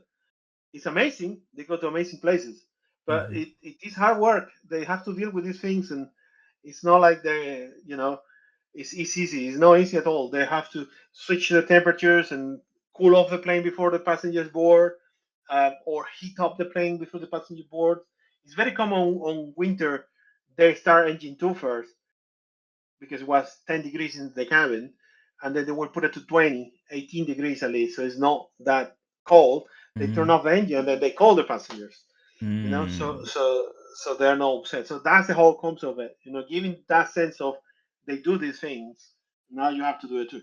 Of course, it's optional. You are not into that kind of thing. You just ignore that page on the EFP and then just fly your plane, right? Ignore that as that. Oh yeah, I But my use it experience every is flight. but I can see that people that say I'm not going to use that now they're into it, which Yeah, is yeah. quite funny. I was actually They gonna kind say of like you it. mentioned earlier like how people were like, yeah, like I want to fly this plane over and over, and I feel the same way. And I think one of the reasons why is because of that. Like some of the elements you put in there, like the passenger simulation, the random failures, the organic failures, the wear and tear, stuff like that, kind of makes you like, man, I wonder what's gonna happen in the next flight. So every time you finish a flight like successfully, you're like, oh, that was like satisfying. I want to do another one because I want to see like how's the next one gonna go. Like I want to see if my brakes fade, in the next flight, or if the passengers are more happy or sad, or you know what I mean. Like to me, that's what makes me come back and do it again because it's like the unknown of like how is the next flight gonna go because it's kind of Yeah, slightly different because the plane is also changing with every flight that you yeah, fly. yeah, yeah, yeah. It's one of the things. And then there was constant teasing that they started making because you become friend with these people. Uh huh. You know, you are talking with this pilot for so many years that they become your friends. They used to. And then they start teasing me, sending me these pictures from these amazing locations because they know that I'm stuck fixing their bugs, the bugs that they are telling me, right? And they started, look, I'm having this pina colada in here, this and that. Okay, fine, have your fun. And then they started sending me pictures from their flight base operations, Hmm. right? Because it looks so pretty, right? So, how Hmm. you doing, Raul? Are you fixing this already? And then, okay. And that's how the concept of the FBO started. I was gonna I ask thought, well, that. Interesting. So the so, concept of the so FBO came from your test pilots sending you pictures of their FBOs. yeah, I said, Ah. I am to there here at signature. Look at me, this and that. So I will tease them back. Well, okay, but have you seen your wife? Look, I am with my wife, right? And we tease each other like this. But I thought, oh, it would be very cool that you could have your own FBO Have you anywhere seen in your the wife is world. funny. Yeah, because I know that you have to hit the heart. um, and and that's how it all started. And then we built it, and it was one of the last features. I always do these kind of things last for the beta testers as well. Like I'm running away with my devs in secret, and they don't know. Mm, Not even the Palos knew up to a certain extent. And then I started asking them privately on some channels, can you send me more pictures of this and that? And they knew I was up to something. And then they said, why you want to do this? You send me all that because I think I'm gonna make this and the same. And they said, no way. Oh, you will see. So then I sent them pictures privately to see if we were nailing down the looks. And they were blown away. Oh, okay. But they didn't understand how this was going to work, right? They thought it was going to be an airport where you had one and that was yeah. it. That was not my vision. My vision was to let you guys have it anywhere you wanted. And not only that, make your own company because otherwise what was the point? Yeah. And this was shown to testers for the first time, the one that you can do your own and everything, for the first time 3 weeks before the release. Wow. And 3 they were weeks before and they were like release. and they were like, whoa. And then I made the mod to put your own logo 2 weeks before release. Oh. And then they tried boom, boom, and then we went live. We wanted to go live with more features on them, but I have to put a stop just to hit the target, which is a pushback. We already have a pushback tag that you will be able Nice. to I use was gonna ask to, about that. to push you inside the hangar. So that's coming on the next update after Expo. Um, I wanted to have fire trucks, so when you have fires on the engines, they will come in. We're building an anti-ice truck as well, so you Ooh. will be able to do your own anti-icing. That's what Like I'm you gonna can try to do. manually do your own anti-ice, or the people That's come and do that's it. well, that's what I want. I want you to do it, Nice. but I'm gonna see if I manage, right? So the whole idea is that you should be able to do it, but we will see if I manage. If not, at least it comes and then you see the anti-ice done, Right. and that will have consequences if you don't do the anti-ice and there is icing. Hmm. Okay, so just like you have bear strikes and things like that, there are going to be consequences on the plane if it is icing, and you say, no, I'm just going to go. Well, good luck. If you have that releasement enable, you're going to see something. So that's coming too. So that's the whole concept behind it. I think that's so. I'll be honest with you. The FBO feature sounded really cool, and then I got the plane, and I was like, I don't really know where to put it because like a lot of Yeah. the places that I fly to already have FBOs. Like think about the Teterboro Okay. that came out recently. It's like a really nice airport, Yeah. nice It's interiors. full. You know, you got places like Palm Beach, stuff like that. It's like, and I was like, where am I going to put it? And so I went somewhere that didn't have a bunch of buildings, and then I placed it down and I got a first look at it. I was like, wow, this is crazy what they've done. And like my mind started running like, okay, there's so much you could do with this. My first question I want to ask you was like, like there's an app for it in the thing at the top of the screen. Yeah. Could I technically Yeah. use the FBO while flying a different plane, or do I At the have to moment, be no. in the Phenom? You have to be on the Phenom, and that's by Okay. design at the moment. Because we have to nail down this technology before thinking what we're going to do with it. Um, the plan is to extend it to all the fleet eventually, and that's as far as the current roadmap is. Um, and you know, it's a lot of stuff that are integrating to how the Phenom is going to work with it. Because the things that I wanted to do, for example, right now you always see the car coming to bring your passengers, even if you are in front of the flight base operational, Yeah, yeah. right? Right. But that's gonna change. Where oh no, you're just there. Okay. There are APIs that I might get in the future, which allow me to put passengers actually coming out That would be sick. of. All right. And there are things like that I want to do, and I can't do that if I just open it up because Mm, it opens a whole bunch kinds of worms. I am using it with this plane, and this problem happens. Now I have to do a bug fixing for a plane that I have zero control about it, right?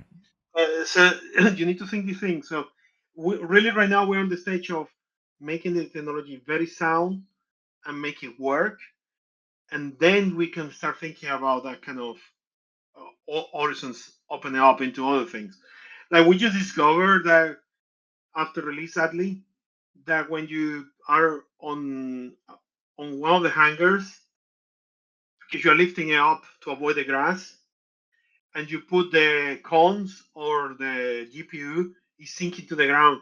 So we just discovered that those objects are not reacting to the collision. Mm. You see, Mm-hmm. and that kind of thing will start happening with everything out there, and I will have zero control. But for Yeah. these ones, I do have control. So I need to put a fix for that, right? I'm gonna need to find out what is the actual altitude of the plane, and then adjust when I inject the carpets and inject the cones and inject things. But if you're using now another aircraft, I have zero control about it. And then you're gonna come to me and say this has a bug, and then I'm gonna tell you nothing I can do about it, and you're gonna say this product sucks. Yeah. This is the truth. You Yeah. know, you and me know that's the truth Yep. because it is how the expectations of the customers are, and you have to manage your customers' expectations, and you can never ever do a product that you cannot fix because Yeah. you're True. bound to fail. True. Okay, so there are reasons why we're not opening at the moment. We cannot promise that we're going to open it. At the same time, I cannot promise that I'm not going to open it because Yeah. it's too soon Yeah. to know. We need to work with the technology a little bit more, see how it goes. We haven't received many bugs about it, which is great. Just that one about Yeah. when you put on the hanger. But now that we're gonna start allowing people to push themselves inside and out, I know that people are gonna ask him for new things like, can I spawn all the time inside the hangar? Can I do this? Can I do that? And all the kind of things are gonna come, and then we have to continue developing the tech. And Yeah. it's very hard to do that if you open it up Yeah. because then you lose control about what is fixable, what is not fixable. It's very hard if you Yeah. do that. I'll be honest, I don't know how you're gonna solve that. Because like especially the idea of spawning into your hangar, which I think a lot of people want to do. They want their plane to already be in the hangar when they spawn and not Yeah, have to place it. And the challenge with that is like what scenery you're at. Like if you're at a scenery with a building next to you and you pick up a spawn point, like you're gonna be on top of a building when you spawn in. So like I don't know how you're gonna do it. I know you can. I know you'll figure it out. But I will figure something out. I know you'll figure it out. I'll just say from my point of view, what I would like to see is I think it'd be kind of cool in the future once you get it fine tuned and figured out is the whole like FBO become like a whole like product of its own, like a standalone product where maybe you design maybe five more or maybe a package of 10 FBO designs that people can place anywhere in the world. Have you seen the mansions pack on Flight Sim TO? It's What is it? basically it's basically like a library that you can buy that has like 10 houses, like really detailed houses that you can place Mm. anywhere in the world, and some of them have airstrips and things like that. So like some scenery designers will just drop it in their scenery, or if you're a regular person, you can also place it down somewhere too. So it's like it's a cool little project that they put out, and it's just houses. Like it's all it is. And so like for this could be like people could buy a package of I guess whatever number you want to do, 5, 10 FBOs, they can put them wherever they want. Or senior designers or freeware senior designers can place them. I don't know. You know what's possible, what's not Yeah, but possible. it's just so Um, so limited because in this one it's different. You feel like you're controlling it, right? With the panels, you're opening the door, closing the door, so there are animation interactions and things that we yeah, can do. We can take it further down the line yeah, eventually as well. yeah. So it's a different concept. And then the other problem with those libraries that people have to be kind of developers to understand what they're doing, and that kind of technology cannot be ported to Xbox and That's console. true. And okay, so you're thinking what's going to happen after FS Expo is we're going to prepare our console launch, and everyone on consoles is going to have their RPOs, right? And this is the whole thing about how FS Reborn works. We're just not doing something that works on PC. Whatever technology I develop, it has to work on the console. So basically, we're going to come and do the push truck, get it all done, know that it works, and then go and release on consoles. And people will be able to put the FBOs on their airports, on the consoles, and push themselves in and out of the hangar. And they're going to be on a PlayStation 5 for Xbox X, S, or whatever, and doing this. That is the value, right? And I that's what you're see. doing. If you go into doing just for a library and scenery, those people on console will never be able to use it. Yeah. And that's not helping our hobby, because the whole idea is to help the hobby. You want to bring experiences that is accessible to everybody, right? Yeah. With the prices of RAM and everything and how the economy is going to go in the next 2 3 years, I believe the console market is going to grow actually faster than the PC market, because not everyone has $5,000 to buy a computer these days, Yeah. where they can go and maybe save 650 for a PlayStation 5, you know, or $500 for Xbox X or Helix as a going to be coming, and then they will have access to Flight Simulator and have access to these technologies in there. So it's very important that we develop technologies that can be used everywhere, not just That's on true. a computer, you know. That's true. That was my vision, and that's why I did it this way. Let's move on to talk about, I guess, what you can talk about as far as what you want to do as far as improving the current product. So, like, mainly the Phenom, right? I know you got the Meridian coming, but we can't talk much about that right now. But, like, as far as the Phenom itself and the FBO feature and so on, like, what are some of the things you can tell me that you are planning to add besides the pushback feature and stuff like that? So we are gonna be adding the anti-icing, as you said. I was discussed earlier. We're gonna have fuel trucks operations going on. So at the moment, we're simulating these kind of failures so people get their feet wet. After the Xbox console, a second round of failures are gonna come over to hit you now harder. Mm. Things that the pilot wanted. I said we can't do that just on day one because you overwhelm the public. So you're gonna have engine failures during flight, engine failures probably during operations on the ground, and when that happens on the ground, you're gonna hear the fire truck coming from the airport to assist you to That's turn it funny. off. There are gonna be further operations with obviously auto throttle when we get the data. We know a pilot already that bought the product that is being trained currently on it to be able to use it live, but it's locked. He cannot use it on the plane yet because they need to get certified to use it. Mm. So as soon as they do and this and that, then I can start working with him to get it done. So that will come. We are gonna introduce the thing about kilograms on the units, um, and more immersion experiences. The bear strike is not going to happen only on the windscreen. It's gonna Hmm. happen to your engines. Hmm. So you're gonna hear something, then you're going. Wow. Okay. You guys haven't noticed the passengers react to emergencies, Hmm. so they panic. Hmm. So if you have an engine failure, you see the passenger panicking, and you have to talk to them, and improve all that kind of stuff. And while we're doing that, we're gonna prepare the other projects that we're gonna start releasing for everybody, obviously. So Nice. And then yeah, a lot of stuff coming. a lot of stuff coming. I'm glad that it's like not completely done. You got a lot of cool things still coming forward. Now you did mention earlier a few other planes you're working on, like the Chipmunk The and chipmunk, what else the was it? uh, the Citation CG3 Plus. We have the Boeing 727, Yeah. which we're finishing the 3D. I wanted to get Phenom out before going in that. If this Phenom continue the support that you guys are giving us, I might be able to go full time into this. And Nice. if that happen, then you can imagine kind of stuff I'm gonna be able to create. Hmm. Hopefully we So don't have we to have wait that. another was it another 4.3 years? No, no, no. Hopefully not. Hopefully not. Well, that's the whole point to try going faster, right? Yeah. Um, there's the I think the next release is gonna be the Chipmunk. We have another one that is a secret at the moment. I can't reveal. First party? Um, no, third party. We have the. I'm doing another Embraer. It's like a little turboprop called Embraer 121. Hmm. There are not many of them flying around anymore, but are very cool and fun.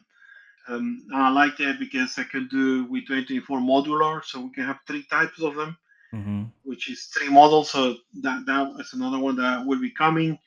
And then we're gonna decide probably. Well, we will be having military aircraft on Reborn Mm. after the Chipmunk. We already have which one we're gonna do, Mm-hmm. and that's gonna come with cool stuff. Like You imagine more like classic, like prop type, or are we talking maybe no anything from the proper jets, jet? Okay, gotcha. proper jets, um, with the FSR 1 level as I call. So imagine the cool stuff that's gonna come with that. I I don't know. already have a whole I don't so know what that looks like. An FSR yeah, jet. I don't know what that even. Yeah, yeah, that sounds cool. it's gonna come with cool features in there. My whole objective as a developer is to bring people experiences like I did with the Phenom, not only from the point of view of the product, but from the point of view of the support that we gave them. I hope that they did appreciate it, that we were there for them all the time during the launch, making them feel like they're not alone, that we're there for them.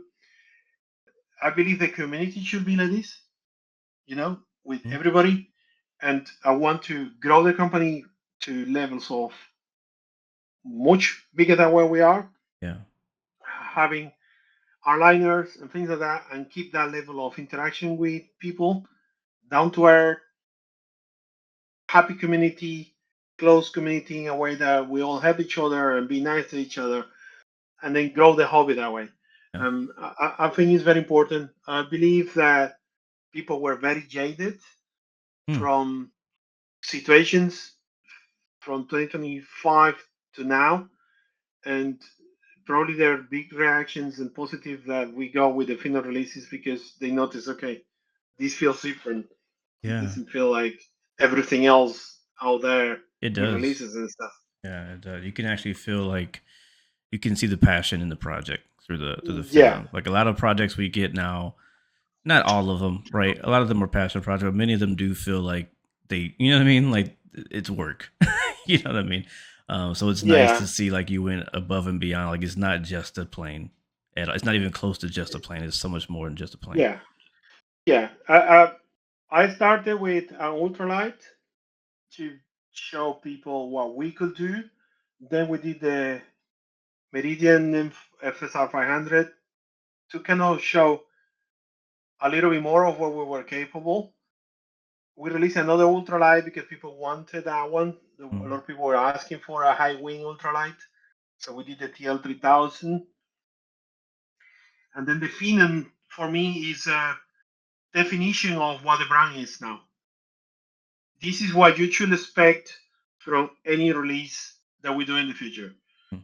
This kind of level, right? So you go FSR 500 before, you understand it now when you get a Phenom. Okay, this guy does this every time. Yeah. Basically, that's the message.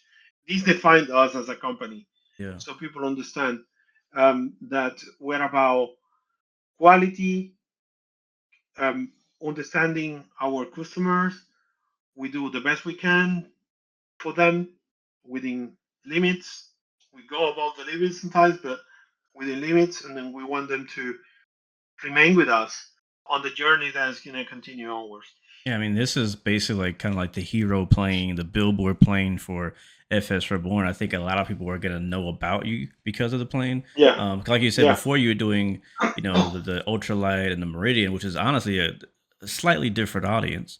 Going into the Phenom, you get into the business aviation space as well as you even start touching on the airliner people. Some of them are yeah. interested because of the modern avionics and jet engines and things like that. And so it's a whole new community. I want to ask one more question I had for you that came up in a previous chat I was in, and that is they saw the new brand, like the brand of the FSR of the Phenom, and how good that was, and the obvious thing people want is another plane from you, right? And obviously, you've already Yeah. said you're working on 727 and CJ3 Plus and the Chipmunk and so on, and some planes came up, and I just wanted to get your opinion on them. All right, Okay. All right. planes like the PC-24 because I guess it's a similar class of aircraft. Planes like like a long range jet, like a Global 6000, something along that, maybe not that exact plane, but like something along that line of a long range jet. What are your thoughts on like aircraft like PC-24s, like improved longitude, you know what I mean? Like things like that. What are your thoughts on those kind of planes? The PC-24 is a tricky one because I am partners with, I'm friends with a lot of developers, and there are certain planes that I will not touch Mm, because of that. mm. That's as far as I can say. All right. Um, okay, but if them after seeing what I did come to me and say, let's go for it, then that would be something that release the whole up. Um, in terms of a longer range private jets, there are plans, but I like to hit the market when they're less expected, like it happened with the Phenom, because you need to bring change, and to bring change, you cannot overhype your community. Mm, You can, if you want something to the level that we did, it's not going to happen in 9 months, 8 months, unless I yeah, had it on the roadmap for a while, like the ones I'm talking about.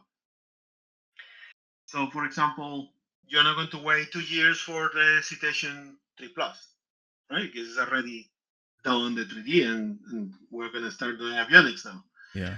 But if I tell you now, yeah, I'm going to do a global, you are going to feel like, oh, yes, because you're excited about the Phenom. That's true. And then 4 years later, here is the global. You already are probably not even in the flight C industry. Yeah, You know, true. so you have to be very careful with these things. I hate with all my heart telling people I'm gonna do something and then you cannot deliver it on the time they expect because they feel you break their trust even when you haven't. Yeah. But that's how they feel, and that's the thing that I'm more careful about is no break someone trust. They need to feel the trust in us because the competition in this market is gonna get crazy in the next 4 years. Oh yeah. There is no way in hell that we're gonna have more planes available for everybody to make fresh. The reality out there is that you're gonna have up to 8 planes of the same type done by 8 different developer firms, Yeah. and doing aircraft to the level that we do costs a lot of money. I can't say the figure for respect, but it is a mortgage of a house I put into Finland. Okay, so you have to ensure that you get an investment back, and there is no way that you're gonna get the investment back if people don't trust you. The only way that's gonna happen is because people understand the brand and they say, "All right, yes, someone did the Global 5000. I'm gonna buy that one now to scratch my itch, but I know that Raul is gonna make it great, and I don't care if it takes 2 years to do it. When he does it, I'm gonna buy it." I don't know if you And heard that's this. I don't know if you heard this because I don't know what you hear as a developer about your own plane. not, not much. You don't, but I'll tell you. I'll tell you what's been said. I'll just tell you what's been said leading up to you making the Phenom. 'Cause you announced the Phenom a long time ago. Many of us who like business Yeah, jets have been excited for it for a very, very long time. right. And many of the jets that have come out since have been exactly what you said. Hey, I'm gonna buy this plane because it scratches the itch for now, but the plane I'm really looking forward to is the Phenom. Right? That's been the same Right, case right. for like the last. Just think of every private jet that's come out in the last 4 years. That's been basically the case. You know what I mean? And so yeah, I think you're right. Like creating a brand, creating the reputation that you're trying to create now. If you do decide to do a plane and you're not first, right, to make that plane because the competition is going to be crazy. I'm pretty sure Yeah, somebody's making a Global 6000. I don't know who, yeah, but I'm sure somebody's making it because there's obviously a demand for it. But if you're not first, when you finally do come out with a plane, whatever plane that is, and you put that FS Reborn logo on it, people are like, yeah, like that one's good, but we know this one's gonna be better. yes, and that's the whole thing. That the people need to understand what they're getting. They're getting quality, something that we're working to make as possible if we can to the real thing. That the support is going to be there. That it's a whole package. It's experience rather than just a product, right? And if that's what they want, then that's what they're going to get. Yeah, And and that's the key thing here.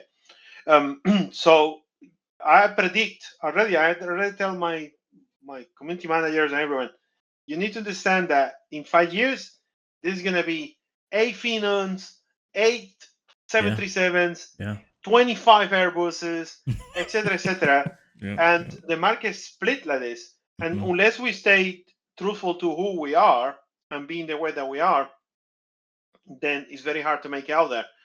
So the whole plan is that we make people understand that we don't care that anyone else is doing a plane, Mhm. you know, unless it's one of my friends, obviously. Mhm. The detection said, for the love of God, please don't do that one. Mhm.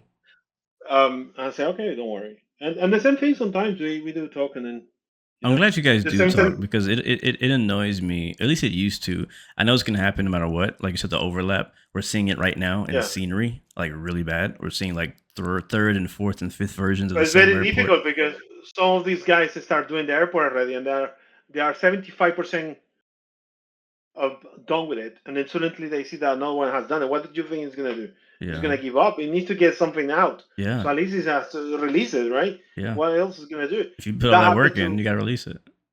yeah. So that happens as well sometimes to us. I was doing a Predator 600 and I just put it away because now Microsoft is doing one, right? That's such a But good example. Such a good example. Yeah. and that's fine. And they were kind enough to tell me before I Mhm. went too far. Yeah. So these conversations occurred, and sometimes you make the decision that you don't care, you go ahead. Okay, so it happens, and the reality is that we're gonna see the same plane over and over again by many people, and people are gonna become more selective. This is gonna be the next 8 years. Is gonna be very interesting.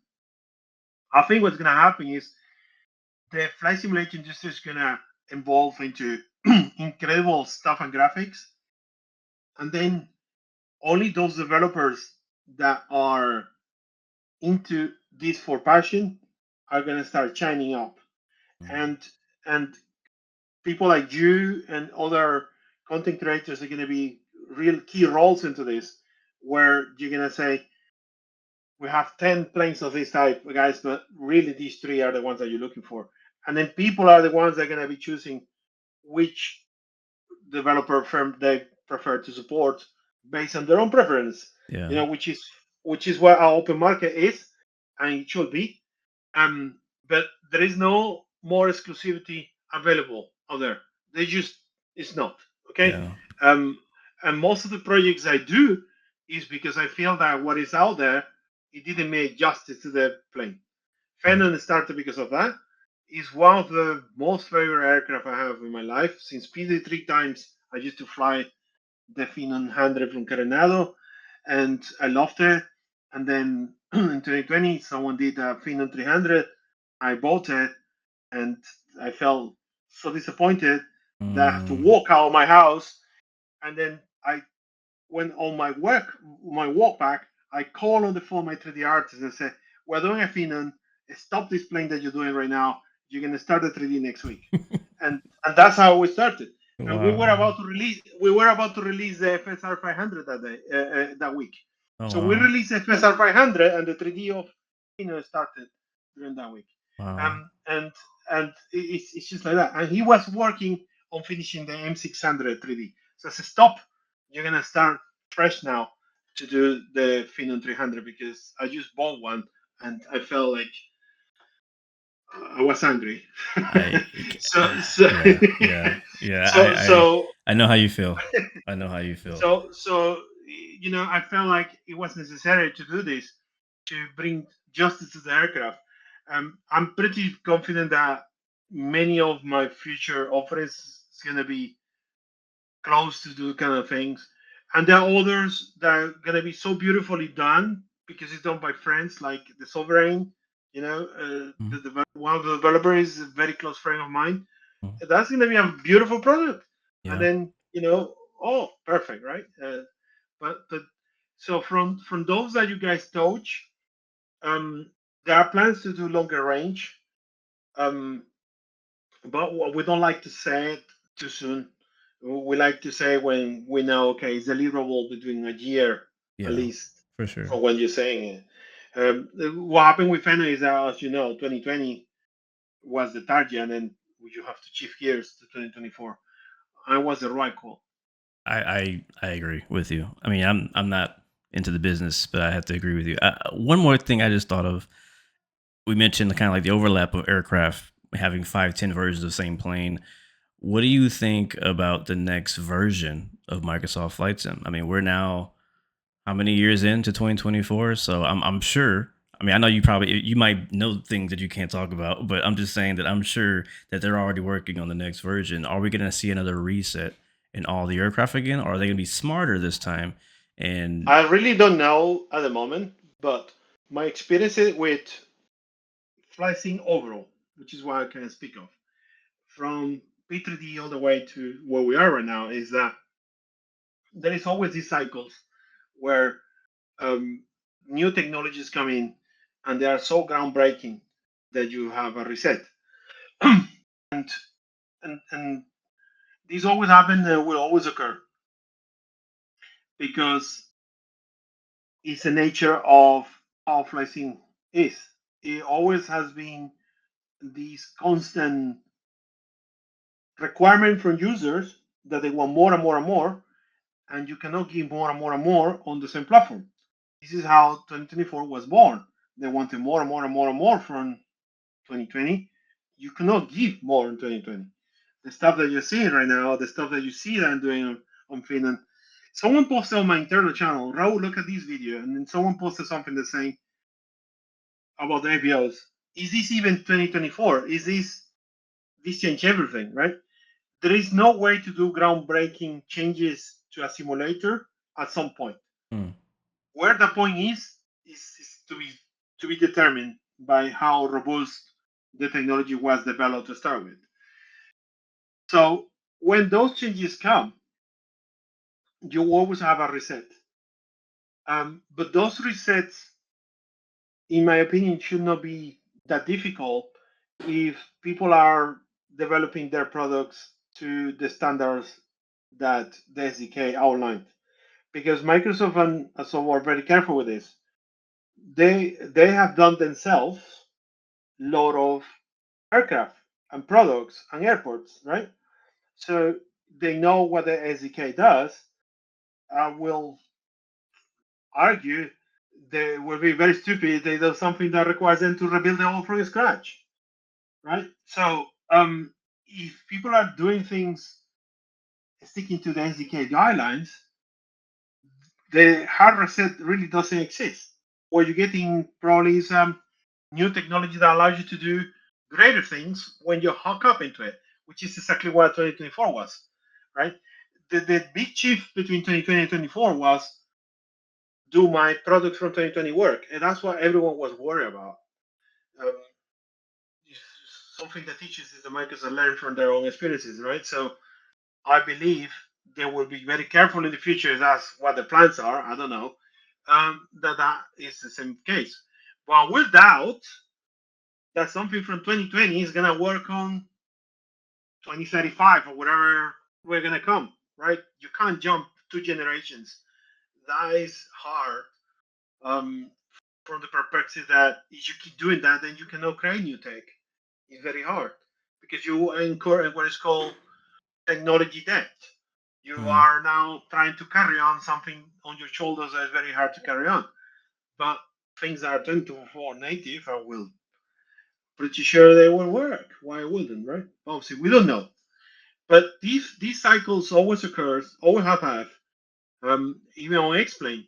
I remember when I was in the P3D forums, when I was just a user, and then they will have the Explain forums and say, they release a new version of Explain and nothing works. Right? That was you're laughing because it's true, right? Yeah, yeah, that's true. That was the standard. But Austin had to do that at that time because otherwise he could not push the platform forward. So this is I normal. It's think they just need another people. reset. I'm just saying. Yeah, and that maybe he's gonna do another reset now, right? I We can hope they ask him. do. I don't know. I'm not gonna go into it, but I think that because they're so backwards compatible, like all the way back to like X Plane 9 or something like that, that I think Right. that the tech debt you're talking about is holding them back from actually progressing forward. It could be. It could be. We don't know, right? But I met him in the last FS Expo. Austin, and we were having beers together and talking. He's such a wonderful person. I feel like you two would have a Like, really good conversation. like, uh, I do with any other developer. So, but these cycles always occur. When the next one occur, people just need to read the history so they can see what has happened before, and then they will understand what's going to happen. But the reality is that they're all going to go through the 5 stages of shock, I call it. Right? Yeah. The first stage is anger because they believe that they have to buy everything, right? And they go like that for 2 weeks. Then the second stage is realization, when they realize, okay, it's not as bad as I thought, but there's still something that I'm not happy about it because the first stage hasn't really faded. Then the third stage is the stage of acceptance because there is nothing else they can do about it. And then the fourth and the fifth stage is acting, where they just migrate. And everyone does it at their own speed. Hmm. um, when this occurs is they all go through their own, and it's important they do because every human is different, right? Every Yeah. human have to go through their own path. But this is always happened. It always has happened. It happened with P3D 4 to 5, from 5 to 5.4, and then from 5 to 6, and then MSF 2020 came, Yeah. and then MSF 2024 came. It always, this is always, these things happen. This is how technology move forward, and it's not just on Microsoft Lightning. It's everything in life. At work, you guys see how things are changing with AI and this and that. So it's just part of what it is. Yeah, you're right. Well, I Yeah. have so many more things that I could ask you, and want to ask you. I'm probably gonna save them for in person at Expo, but All I right. don't want to keep you for too long. Thank you, man, so much for answering all my questions and being honest and That's all telling right. us about the Phenom and the future, and really going on a deep dive on how you did it. Again, love the plane. Looking forward to the Meridian 600, the CJ3 Plus, the 727. Like the passenger simulation on the 727 would be crazy. So looking forward to all those things, Yes. man. Any last thing you want to kind of mention before we go, or Yes, we're going to FS Expo, and we're there walking on the floor. Most of the time, we'll be on the Microsoft booth or around Echo 19 booth. You can find me there. Down to earth person, please do. I love talking to the people that are using my planes. Yeah, I Mhm. do all these for you guys. I mean, I do it for myself because I love the aircraft, and now I can dream that I own one, at least on the sim. But this is all for you, and it's important to hear from you. And the most positive energy you guys give us is just make our passion like grow harder, and it's very important because then that passion goes into like, all right, let's put this passion into something useful, and then we create more crazy things. This is what drives us, and that's why I love being there on the floor, talking to people and walking with them, and just enjoying. So I'm gonna be there, and hope to see you all there. Yeah. Well, guys, this is You're gonna go. Raul from FS Reborn, the famous or soon to be famous, if it's not already, Phenom 300. um, Famous. oh yeah, yeah, um, famous. are you gonna go to FS Expo? Yeah, yeah, I'll be there. Right? I'll be there. All right, all right, all right. So we I'll be will there. we will be there then. We will have Uh, fun. yeah, the famous Looking Phenom forward. 300, and yeah, one of the best aircraft in all Microsoft flights at the moment. So I'm not sure if anybody told you that Thank yet, you. but it is. It Thank you. is. Thank you. Yeah, thank I you know. again, man. I've been too busy answering questions to people, so I haven't so far seen a review. You haven't seen a That's how review? busy I've been. I haven't even seen a review of the product today because I've been just focusing on the needs of the customers that come to us, Yeah. and we already released 3 patches already. Hmm. Someone said marketplace updates are very slow. I I did didn't three even know you could already. release that many patches like so quick. Like I Three, was like, wow, like three. especially on the marketplace. I was like, I thought it'd take like months to get a patch on the marketplace. No, it's all out, and we believe we put it now in a very good shape for me to go to FS Expo and have a little bit of downtime myself, which I need very much. So, You need so it, I man. haven't read anything. I haven't read anything yet. I probably will do when I'm flying to Hmm. that's on the Wi-Fi, and then just enjoy with you guys at FS Expo. That's really what it's all about. When I come back, we're gonna push more updates, improvements, and things that everyone is asking, of course. Yeah. Looking forward to seeing what everybody thinks about the Phenom and what they think about your future features and products coming in the future. I think they're gonna be excited. I think they're gonna be excited.